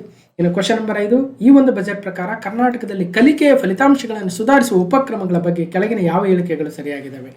ಸೊ ಇಂಪ್ರೂವ್ ಲರ್ನಿಂಗ್ ಔಟ್ಕಮ್ಸ್ ಇನ್ ಕರ್ನಾಟಕದ ಬಗ್ಗೆ ಕೆಲವೊಂದು ಇನಿಷಿಯೇಟಿವ್ಸನ್ನು ತರ್ತಾ ಇದ್ದಾರೆ. ಕಲಿಕಾ ಚಿಲುಮೆ 6ರಿಂದ 8ನೇ ತರಗತಿ ವಿದ್ಯಾರ್ಥಿಗಳಿಗೆ ಕಲಿಕೆಯನ್ನು ಆನಂದದಾಯಕವಾಗಿಸುವ ಗುರಿಯನ್ನು ಹೊಂದಿದೆ. ಗಣಿತ ಗಣಕ ಬುನಾದಿ ಗಣಿತ ಕೌಶಲ್ಯಗಳಿಗೆ ದೂರವಾಣಿ ಆಧಾರಿತ ಬೋಧನೆ ಒದಗಿಸುತ್ತದೆ. ಓದು ಕರ್ನಾಟಕ ಅಂತಕ್ಕಂಥ ಸ್ಕೀಮು 4 ಮತ್ತು 5ನೇ ತರಗತಿ ವಿದ್ಯಾರ್ಥಿಗಳಿಗೆ ಬುನಾದಿ ಸಾಕ್ಷರತೆಯ ಮೇಲೆ ಕೇಂದ್ರೀಕರಿಸಿದೆ. ಅಂದರೆ 1-2 ಸರಿ, 1-3 ಸರಿ ಅಥವಾ 2-3 ಮೇಲ್ನೇ ಅಲ್ಲ, ಅಂದರೆ 2-3 ಸರಿ ಇದೆ. ಗಣಿತ ಗಣಕ ಬುನಾದಿ ಗಣಿತ ಕೌಶಲ್ಯಗಳಿಗೆ ಅಂದರೆ phone based teaching for foundational math skills. Phone ಮೂಲಕ ಹುಡುಗರಿಗೆ ಏನಾದರೂ ಗಣಿತದ ಕಠಿಣ ಅನಿಸಿದ್ರೆ ಅಥವಾ ಏನಾರ ಪ್ರಾಬ್ಲಮ್ ಅನಿಸಿದ್ರೆ ಅವ್ರಿಗೆ ಸೊಲ್ಯೂಷನ್ ಅನ್ನು ಕೊಡ್ತಕ್ಕಂಥದ್ದು ಗಣಿತ ಗಣಕ ಒಂದು. ಇನ್ನು ಓದು ಕರ್ನಾಟಕ ಅಂತಕ್ಕಂಥದ್ದೇನು, 4-5ನೇ ತರಗತಿ ವಿದ್ಯಾರ್ಥಿಗಳಿದಾರಲ್ವ ಅವ್ರಿಗೆ ಈ ಬುನಾದಿ ಫೌಂಡೇಶನ್ ಸರಿಯಾಗಿರಲ್ವ, ಫೌಂಡೇಶನಲ್ ಲಿಟ್ರಸಿ ಕೊಡ್ತಕ್ಕಂಥದ್ದು ಓದು ಕರ್ನಾಟಕ. ಇದು ಕಳೆದ ಬಾರಿ ಕೂಡ ತಂದಿದ್ರು. ಆದರೆ ಈ ಕಲಿಕಾ ಚಿಲುಮೆ ಇದೆಯಲ್ಲ 6ರಿಂದ 8ನೇ ತರಗತಿ ಅಲ್ಲ, ಬದಲಾಗಿ ಕಲಿಕಾ ಚಿಲುಮೆ 1ರಿಂದ 5ನೇ ತರಗತಿವರೆಗಿನ ವಿದ್ಯಾರ್ಥಿಗಳಿಗೆ ಸಂತಸದಾಯಕ ಕಲಿಕೆ ಅನುಭವ ನೀಡ್ತಕ್ಕಂಥದ್ದು ಕಲಿಕಾ ಚಿಲುಮೆ. ಈ ರೀತಿಯ ಕನ್ಫ್ಯೂಸ್ ಆಗುತ್ತೆ. ಕೇಳಿರ್ತೀವಿ ಕಲಿಕಾ ಚಿಲುಮೆ, ಕೇಳಿರ್ತೀವಿ ಗಣಿತ ಗಣಕ, ಕೇಳಿರ್ತೀವಿ ಓದು ಕರ್ನಾಟಕ, ಬಟ್ ಯಾರಿಗೆ ಅನ್ನೋದು ಮರ್ತಿರ್ತೀವಿ. ರಾಜ್ಯದ ಅರ್ಹ 100 ಸರ್ಕಾರಿ ಹಿರಿಯ ಪ್ರಾಥಮಿಕ ಶಾಲೆಗಳನ್ನು ಪ್ರೌಢಶಾಲೆಗಳನ್ನಾಗಿ, 50 ಪ್ರೌಢಶಾಲೆಗಳನ್ನು ಪದವಿ ಪೂರ್ವ ಕಾಲೇಜುಗಳನ್ನಾಗಿ ಉನ್ನತೀಕರಿಸ್ತೀವಿ. Very good. ನೆಕ್ಸ್ಟ್, LKGಯಿಂದ ದ್ವಿತೀಯ PUC ವರೆಗಿನ ಎಲ್ಲ ತರಗತಿಗಳ ವಿದ್ಯಾರ್ಥಿಗಳು ಆಯಾ ತರಗತಿಗೆ ತಕ್ಕಂತೆ ಕಲಿಕೆಯ ಮಟ್ಟವನ್ನು ಹೊಂದುವ ನಿಟ್ಟಿನಲ್ಲಿ 3 ವರ್ಷಗಳ ಮಹತ್ವಾಕಾಂಕ್ಷಿ ಕಾರ್ಯಕ್ರಮವನ್ನು ಜಾರಿಗೊಳಿಸ್ತೀವಿ ಅಂತ ಹೇಳ್ತಾ ಇದ್ದಾರೆ. ಅದಕ್ಕೋಸ್ಕರನೇ ಪ್ರಸ್ತುತ ಪೂರ್ವ ಪ್ರಾಥಮಿಕಕ್ಕೆ ಒಳ್ಳೆಯ ವಿದ್ಯಾರ್ಥಿಗಳ ಸಂಖ್ಯೆ ಬರ್ತಾ ಇದ್ದು ಅದನ್ನು 5,000 ಶಾಲೆಗಳಿಗೆ ವಿಸ್ತರಿಸಿ ಪೂರ್ವ ಪ್ರಾಥಮಿಕ LKG UKG ಗೌರ್ಮೆಂಟ್ ಸ್ಕೂಲಲ್ಲಿ. ಇನ್ನು ಕಲಿಕಾ ಚಿಲುಮೆ 1ರಿಂದ 5ನೇ ತರಗತಿ ವಿದ್ಯಾರ್ಥಿಗಳಿಗೆ ಸಂತಸದಾಯಕ ಕಲಿಕಾ ಅನುಭವ ಒದಗಿಸ್ತಕ್ಕಂತಹ ತರಗತಿಗಳು. ಗಣಿತ ಗಣಕ ಕಾರ್ಯಕ್ರಮದಲ್ಲಿ 3ರಿಂದ 5ನೇ ತರಗತಿ ವಿದ್ಯಾರ್ಥಿಗಳಿಗೆ ಫೋನ್ ಮೂಲಕ ವೈಯಕ್ತಿಕ ಬೋಧನೆ 3ರಿಂದ 5ನೇ ತರಗತಿ, ರೈಟ್. ನೆಕ್ಸ್ಟು ಓದು ಕರ್ನಾಟಕ ಯೋಜನೆ 4ರಿಂದ 5ನೇ ತರಗತಿಯಲ್ಲಿ ಇನ್ನೂ ಅಷ್ಟೊಂದು ಸಂಖ್ಯಾಜ್ಞಾನ ಇರಲ್ಲ ವಿದ್ಯಾರ್ಥಿಗಳ ಹತ್ರ, ಬುನಾದಿ ಸರಿಯಾಗಿ ಬಿದ್ದಿರಲ್ಲ ಅಂತ ವಿದ್ಯಾರ್ಥಿಗಳಿಗೆ ಓದು ಕರ್ನಾಟಕ ಯೋಜನೆ. ಕ್ವಶನ್ ನಂಬರ್ 6, ಕರ್ನಾಟಕದಲ್ಲಿ ಕಲಿಕೆಯ ಫಲಿತಾಂಶಗಳನ್ನು ಮತ್ತಷ್ಟು ಸುಧಾರಿಸುವ ನಿಟ್ಟಿನಲ್ಲಿ ಇನ್ನಷ್ಟು ಯೋಜನೆಗಳನ್ನು ತಂದಿದ್ದಾರೆ. ಅದರ ಬಗ್ಗೆ ಮತ್ತೊಂದು ಪ್ರಶ್ನೆ. 6ರಿಂದ 10ನೇ ತರಗತಿ ವಿದ್ಯಾರ್ಥಿಗಳಿಗೆ ಕಲಿಕೆಯ ಸಾಮರ್ಥ್ಯವನ್ನು ಹೆಚ್ಚಿಸುವಂಥ ಮರುಸಿಂಚನ ಗಮನ ಹರಿಸಿದೆ. ಕಲಿಕಾ ದೀಪ ಅಂದ್ರೆ ಏನು? 2000 ಶಾಲೆಗಳಲ್ಲಿ ಕನ್ನಡ, ಇಂಗ್ಲಿಷ್, ಗಣಿತವನ್ನು ಕಲಿಸಲು ಕೃತಕ ಬುದ್ಧಿಮತ್ತೆಯನ್ನು ಬಳಸುತ್ತಾರೆ. ಕಲಿಕಾ ದೀಪ ಜ್ಞಾನ ಸೇತು ವಿಜ್ಞಾನ ಮತ್ತು ಗಣಿತದ ನಾವೀನ್ಯತೆಗಾಗಿ ಖಾನ್ ಅಕಾಡೆಮಿಯೊಂದಿಗೆ ಸಹಯೋಗ ಹೊಂದಿದೆ. ಅಂದರೆ ಮೇಲೆ ಎಲ್ಲವೂ ಕೂಡ ಸರಿಯಾಗಿದ್ದಾವೆ. ಸರ್ಕಾರಿ ಶಾಲೆಗಳಲ್ಲಿ ಅತಿ ಕಡಿಮೆ ಕಲಿಕಾ ಸ್ತರದಲ್ಲಿರ್ತಕ್ಕಂಥ 6ರಿಂದ 10ನೇ ತರಗತಿಯ ವಿದ್ಯಾರ್ಥಿಗಳಿಗೆ ಕಲಿಕಾ ಸಾಮರ್ಥ್ಯ ಹೆಚ್ಚಿಸುವ ಮರುಸಿಂಚನ ಕಾರ್ಯಕ್ರಮವನ್ನು ರಾಜ್ಯದಾದ್ಯಂತ ವಿಸ್ತರಿಸಲಾಗುವುದು. ಈಗ ಆಲ್ರೆಡಿ ಪ್ರಾಯೋಗಿಕವಾಗಿ ತಂದಿದ್ರಂತೆ, ಇದನ್ನು ಇಡೀ ಸ್ಟೇಟ್ ವೈಡು ನಾವು ವಿಸ್ತರಿಸ್ತೀವಿ ಅಂತ ಹೇಳ್ತಾ ಇದ್ದಾರೆ. ಕನ್ನಡ ಮತ್ತು ಆಂಗ್ಲ ಭಾಷೆಯನ್ನು ವಿಶ್ವಾಸದಿಂದ ಓದಲು ಮತ್ತು ಗಣಿತದ ಆರಂಭಿಕ ಸಾಮರ್ಥ್ಯವನ್ನು ಗಳಿಸಲು ಏಕ್ ಸ್ಟೆಪ್ ಸಂಸ್ಥೆಯೊಂದಿಗೆ ಏಕ್ ಸ್ಟೆಪ್ ಸಂಸ್ಥೆಯ ಸಹಯೋಗದೊಂದಿಗೆ ಎಐ ಆಧಾರಿತ ಕಲಿಕಾ ದೀಪ ಕಾರ್ಯಕ್ರಮವನ್ನು 2000 ಶಾಲೆಗಳಿಗೆ ವಿಸ್ತರಿಸಲಾಗುವುದು. ಜ್ಞಾನ ಸೇತು ಕಾರ್ಯಕ್ರಮದಲ್ಲಿ ಸರ್ಕಾರಿ ಶಾಲೆಗಳಲ್ಲಿ ವಿಜ್ಞಾನ ಮತ್ತು ಗಣಿತದ ವಿಷಯಗಳ ಬೋಧನಾ ವಿಧಾನದಲ್ಲಿ ನಾವೀನ್ಯತೆಯನ್ನು ಅಳವಡಿಸಿಕೊಳ್ಳಲು ಖಾನ್ ಅಕಾಡೆಮಿ ಸಹಯೋಗದಲ್ಲಿ ಯೋಜನೆ ರೂಪಿಸಲಾಗುವುದು. ಖಾನ್ ಅಕಾಡೆಮಿ ಕೇಳಿರ್ತಾರೆ ನೀವೆಲ್ಲ, ಸಾಕಷ್ಟು ಫ್ರೀ ಕೋರ್ಸಸ್ ಕೂಡ ಇದ್ದಾವೆ, ಅಲ್ಲಿ ಹೋಗಿ ನೀವು ಓದಬಹುದು. ರಾಜ್ಯದ 5,000 ಶಾಲೆಗಳ ಸರ್ಕಾರಿ ಶಾಲೆಗಳ 20 ಲಕ್ಷ ವಿದ್ಯಾರ್ಥಿಗಳು ಮತ್ತು 15,000 ಶಿಕ್ಷಕರು ಈ ಒಂದು ಯೋಜನೆಯ ಪ್ರಯೋಜನವನ್ನು ಪಡೆಯಲಿದ್ದಾರೆ. ಮತ್ತೊಂದು, ಸರ್ಕಾರಿ ಶಾಲೆಗಳ ವಿದ್ಯಾರ್ಥಿಗಳಿಗೆ ಕೋಡಿಂಗ್ ಕಲಿಕೆಯನ್ನು ಪರಿಚಯಿಸಲು ಅಗಸ್ತ್ಯ ಫೌಂಡೇಶನ್ ಸಹಯೋಗದೊಂದಿಗೆ ಐಕೋಡ್ ಲ್ಯಾಬ್ ಸ್ಥಾಪಿಸಲಾಗುವುದು. ಈ ನಿಟ್ಟಿನಲ್ಲಿ ಪ್ರಸಕ್ತ ವರ್ಷ ICT ಸೌಲಭ್ಯ ಇರುವ ಆಯ್ದ 63 ಶಾಲೆಗಳನ್ನು ಹಬ್ಗಳೆಂದು ಪರಿಗಣಿಸಿ 756 ಸ್ಪೋಕ್ ಶಾಲೆಗಳಿಗೆ ಅನುಕೂಲ ಕಲ್ಪಿಸಲಾಗುವುದು ಅಂತ ಹೇಳ್ತಾ ಇದ್ದಾರೆ. ವಿದ್ಯಾವಿಜೇತ ಕಾರ್ಯಕ್ರಮದಡಿ ಸರ್ಕಾರಿ ಪದವಿ ಪೂರ್ವ ಕಾಲೇಜುಗಳ 25,000 ವಿದ್ಯಾರ್ಥಿಗಳಿಗೆ CET, NEET, JEE ತರಬೇತಿ ನೀಡಲಾಗಿದ್ದು, ಸದರಿ ಕಾರ್ಯಕ್ರಮವನ್ನು ಮುಂದುವರಿಸಲು 5 ಕೋಟಿ ರೂಪಾಯಿಗಳನ್ನು ವಿಸ್ತರಿಸಲಾಗುವುದು. ಒಂದು, ಅಗಸ್ತ್ಯ ಫೌಂಡೇಶನ್ ನೊಂದಿಗೆ ಐಕೋಡ್ ಲ್ಯಾಬ್ ಕೋಡಿಂಗ್ ಕಲಿಕೆಗಾಗಿ. ಮತ್ತೊಂದು, ಜ್ಞಾನ ಸೇತು ಕಾರ್ಯಕ್ರಮ ಸರ್ಕಾರಿ ಶಾಲೆಗಳಲ್ಲಿ ವಿಜ್ಞಾನ ಗಣಿತ ಬೋಧನೆಗಾಗಿ ಖಾನ್ ಅಕಾಡೆಮಿ ಸಹಯೋಗದೊಂದಿಗೆ. ಮತ್ತೊಂದು, ಏಕ್ ಸ್ಟೆಪ್ ಸಂಸ್ಥೆಯೊಂದಿಗೆ ಕನ್ನಡ ಮತ್ತು ಆಂಗ್ಲ ಭಾಷೆಯನ್ನ ಗಣಿತದ ಆರಂಭಿಕ ಸಾಮರ್ಥ್ಯವನ್ನು ಎಐ ಆಧಾರಿತ ಕಲಿಕಾ ದೀಪ ಕಾರ್ಯಕ್ರಮ. ಮರುಸಿಂಚನ ಕಾರ್ಯಕ್ರಮ 6ರಿಂದ 10ನೇ ತರಗತಿ ವಿದ್ಯಾರ್ಥಿಗಳಲ್ಲಿ ಕಲಿಕಾ ಸಾಮರ್ಥ್ಯವನ್ನು ಹೆಚ್ಚಿಸಲು. ನೋಡಿ ಎಷ್ಟೆಲ್ಲ ಕಾರ್ಯಕ್ರಮಗಳು. ಏಕ್ ಸ್ಟೆಪ್ ಸಂಸ್ಥೆ, ಖಾನ್ ಅಕಾಡೆಮಿ, ಅಗಸ್ತ್ಯ ಫೌಂಡೇಶನ್, 5,000 ಸರ್ಕಾರಿ ಶಾಲೆಗಳ 20 ಲಕ್ಷ ವಿದ್ಯಾರ್ಥಿಗಳು, 15,000 ಶಿಕ್ಷಕರು. ಆದರೆ ಸರ್ಕಾರದ ಯೋಜನೆಗಳೇನಾಗುತ್ತೆ, ಹೌದು ಇವ್ರು ತರ್ತಾರೆ, ಬಟ್ ಅದು ಫೈನಲಿ ಇಂಪ್ಲಿಮೆಂಟ್ ಆಗಬೇಕಾದ್ರೆ ಎಲ್ಲ ವಿದ್ಯಾರ್ಥಿಗಳು ಏನಾಗ್ಬಿಡುತ್ತೆ, ಅಯ್ಯೋ ಇರೋ ಸಬ್ಜೆಕ್ಟ್ ಓದಿದ್ರೆ ಸಾಕು ಅನ್ನೋ ಲೆಕ್ಕಕ್ಕೆ ಬಂದ್ಬಿಟ್ಟಿದ್ದಾರೆ. ಅಯ್ಯೋ ಇರೋದನ್ನ ಓದಿದ್ರೆ ಸಾಕು ಅನ್ನೋ ಲೆವೆಲಿಗೆ ಬಂದವರಿಗೆ ನೀವು ಹೊಸದು ಕೊಟ್ಟರೆ ಯಾರು ತಗೊಳ್ಳದೇ ಇರ್ತೀವಿ. ಎಲ್ಲ ಒಂದಷ್ಟು 1%, 2% ಬೇಡ 10% ತಗೊಳ್ತಾ ಇದ್ದಾರೆ. ಇನ್ನಷ್ಟು ಅದನ್ನು ಈ ಅಡಿಷ್ನಲ್ ಆಗಿ ಕೊಡೋದಕ್ಕಿಂತಲೂ ಅದನ್ನು ಅಕಾಡೆಮಿಕಲಿ ಆ್ಯಡ್ ಮಾಡಿದರೆ ಬೆಸ್ಟ್ ಅನಿಸುತ್ತೆ. ಅಂದರೆ ಈಗ ಕನ್ನಡ, ಇಂಗ್ಲೀಷು, ಹಿಂದಿ ಮತ್ತು ಗಣಿತ, ವಿಜ್ಞಾನ, ಸೋಷಿಯಲ್, ಈ 6 ಸಬ್ಜೆಕ್ಟ್ಗಳಲ್ಲಿ ಏನು ಮಾಡಬೇಕು, ಗಣಿತದಲ್ಲಿ ಈ ಖಾನ್ ಅಕಾಡೆಮಿಯಲ್ಲಿ ಇರ್ತಕ್ಕಂಥ ಒಂದು ಕೋರ್ಸನ್ನೇ ಆ್ಯಡ್ ಮಾಡಿಬಿಡ್ಬೇಕು. ವಿಜ್ಞಾನದಲ್ಲಿ ಇನ್ನೊಂದು ಯಾವುದು ಅಗಸ್ತ್ಯ ಫೌಂಡೇಶನ್ ಇರ್ತಕ್ಕಂಥ ಕೋರ್ಸನ್ನೇ ಆ್ಯಡ್ ಮಾಡಿಬಿಡ್ಬೇಕು ಸಪ್ರೇಟಾಗಿ ಸಬ್ಜೆಕ್ಟ್ಗೆಂದು.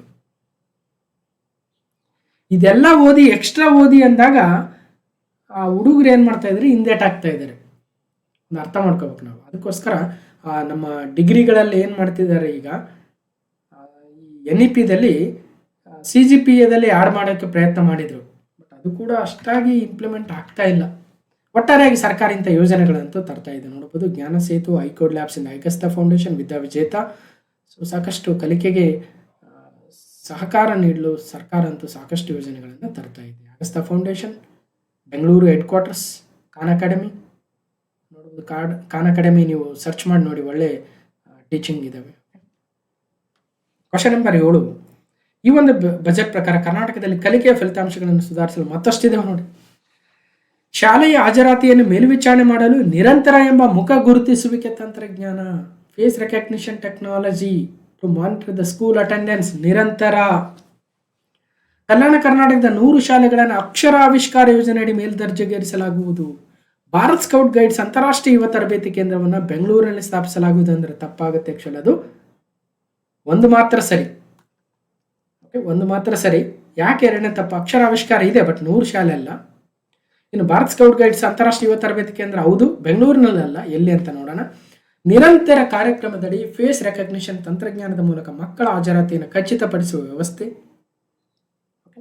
ಇನ್ನು ಕಂಪ್ಯೂಟರ್ ವಿಜ್ಞಾನ ಪ್ರಯೋಗಾಲಯಗಳಂತೆ, ಸ್ಕಿಲ್ ಅಟ್ ಸ್ಕೂಲ್ ಯೋಜನೆ. ಕಲ್ಯಾಣ ಕರ್ನಾಟಕ ಭಾಗದಲ್ಲಿ ಅಕ್ಷರ ಆವಿಷ್ಕಾರದಿಂದ 50 ಶಾಲೆಗಳು.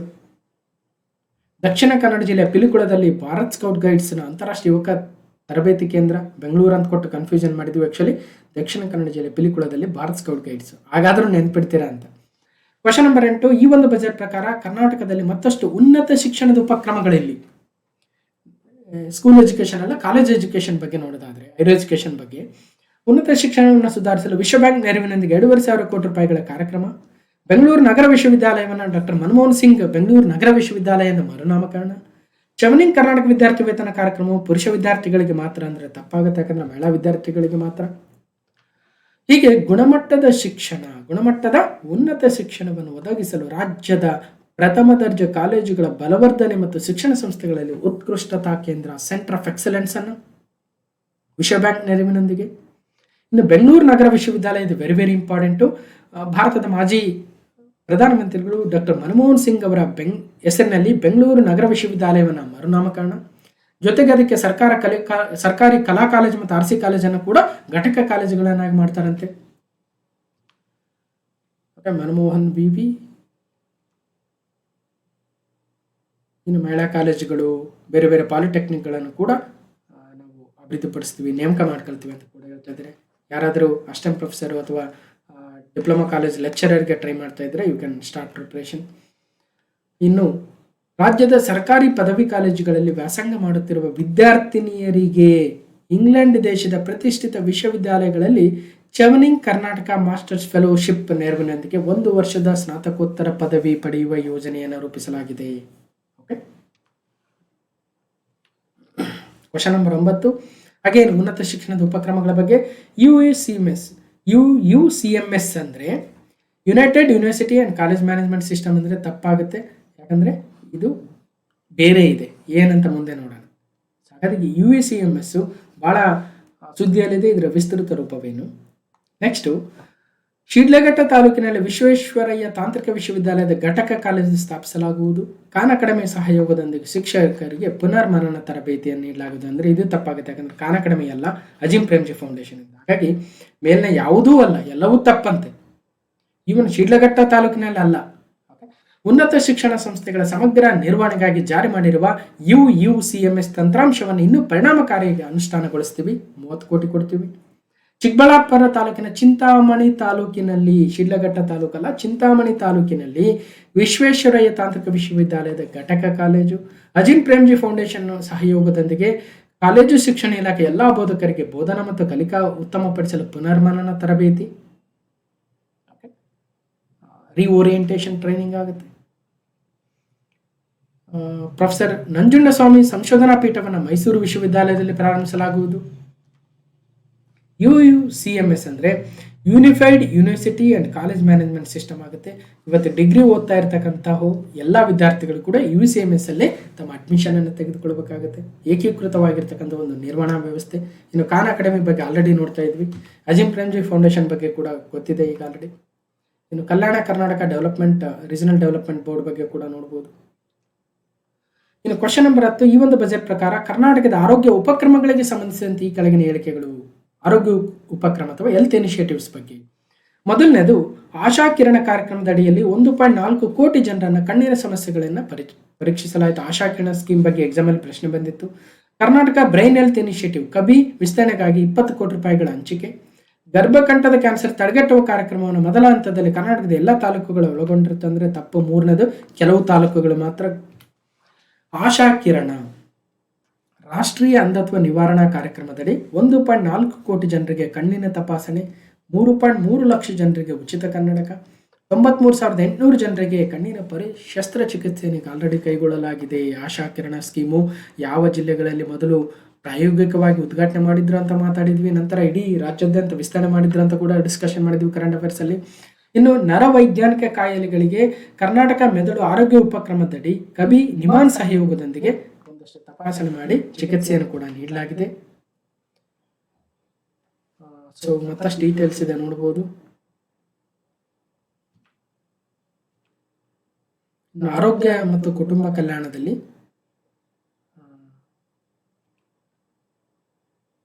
ಕೆಲವೊಂದು ಇದಾವೆ, but exam point of view ಅಲ್ಲಿ ಏನಷ್ಟು ಇಂಪಾರ್ಟೆಂಟ್ ಅಲ್ಲ. ಒಟ್ಟಾರೆಯಾಗಿ ತಾಯಂದಿರು ಮತ್ತು ಶಿಶು ಮರಣ ಇಳಿಕೆ ಮಾಡೋದಕ್ಕೆ ಸರ್ಕಾರ ಬಹಳಷ್ಟು ಪ್ರಯತ್ನ ಮಾಡ್ತಾ ಇದೆ. ಇದನ್ನ ನಾವು ಎಕನಾಮಿಕ್ ಸರ್ವೆದಲ್ಲಿ ನೋಡೋಣ, ಸದ್ಯಕ್ಕೆ ಬೇಡ. ಬೆಂಗಳೂರು ನಗರದಲ್ಲಿ ಮತ್ತೊಂದು ಕ್ರಿಟಿಕಲ್ ಕೇರ್ ಬ್ಲಾಕ್ ಅಂತೆ. ಅದಾದ ನಂತರ ಬೇರೆ ಬೇರೆ ಕಡೆ ಮೈಸೂರು ಮತ್ತು ಕಲಬುರಗಿಯಲ್ಲಿ ವೈದ್ಯಕೀಯ ಕಾಲೇಜುಗಳೇನಿದಾವೆ ಅಲ್ಲಿ ನಿಮಾನ್ಸ್ ಮಾದರಿಯ ಸಂಸ್ಥೆಗಳನ್ನು ತಲಾ 100 ಕೋಟಿ ರೂಪಾಯಿ ವೆಚ್ಚದಲ್ಲಿ ಇಲ್ಲಿ ಮೈಸೂರು ಮತ್ತು ಕಲಬುರಗಿಯಲ್ಲಿ ನಿಮಾನ್ಸ್ ಮಾದರಿ ಆಸ್ಪತ್ರೆ. ರಾಯಚೂರಿನ ರಾಜೀವ್ ಗಾಂಧಿ ಸೂಪರ್ ಸ್ಪೆಷಾಲಿಟಿ ಆಸ್ಪತ್ರೆಯಲ್ಲಿ ಕಿದ್ವಾಯಿ ಪೆರಿಫೆರಲ್ ಕ್ಯಾನ್ಸರ್ ಚಿಕಿತ್ಸಾ ಘಟಕ. ಕೊಪ್ಪಳ ವೈದ್ಯಕೀಯ ವಿಜ್ಞಾನ ಸಂಸ್ಥೆಯ ಅಧೀನದಲ್ಲಿ 100 ಕೋಟಿ ರೂಪಾಯಿ ವೆಚ್ಚದಲ್ಲಿ ಸೂಪರ್ ಸ್ಪೆಷಾಲಿಟಿ ಆಸ್ಪತ್ರೆ. ಯಲಬುರ್ಗಾ ಜೇವರ್ಗಿ ಯಾದಗಿರಿಯಲ್ಲಿ ನರ್ಸಿಂಗ್ ಕಾಲೇಜು. ಅದೇ ರೀತಿಯಾಗಿ ಬೀದರ್ ಸರ್ಕಾರಿ ಕಾಲೇಜು ಆಸ್ಪತ್ರೆಯಲ್ಲಿ ಕ್ಯಾನ್ಸರ್ ಪತ್ತೆ ವಿಭಾಗ. ಹೀಗೆ ಕೆಲವೊಂದು ಇದಾವೆ ನೋಡ್ಬೋದು. ಪುತ್ತೂರಿನಲ್ಲಿ ಹೊಸ ವೈದ್ಯಕೀಯ ಕಾಲೇಜ್ ಅಂತೆ. ಪುತ್ತೂರಿನಲ್ಲಿ ಸರ್ಕಾರಿ ವೈದ್ಯಕೀಯ ಕಾಲೇಜು ಸ್ಥಾಪನೆ. ಸೊ ಇಷ್ಟು ಕ್ಲಾಸ್ ನಂಬರ್ 761 ಮತ್ತು ಕರ್ನಾಟಕದ ಬಜೆಟ್ ಮೇಲಿನ ಡಿಸ್ಕಷನ್ ಪಾರ್ಟ್ 3 ಆಗಿತ್ತು. ನೋಡೋಣ ಮತ್ತೆ ಇನ್ನೆಷ್ಟು ಡೀಟೇಲ್ಸ್ಗಳನ್ನು ಮುಂದಿನ ಭಾಗದಲ್ಲಿ ನೋಡೋಣ ಅಂತ ಹೇಳ್ತಾ ಈ ವಿಡಿಯೋನ ಕಂಪ್ಲೀಟ್ ಆಗಿ ನೋಡಿರ್ತಕ್ಕಂಥ ಎಲ್ರಿಗೂ ಧನ್ಯವಾದಗಳು. ಮತ್ತೆ ಮುಂದಿನ ವಿಡಿಯೋದಲ್ಲಿ ಸಿಗ್ತೇನೆ ಅಂತ ಹೇಳ್ತಾ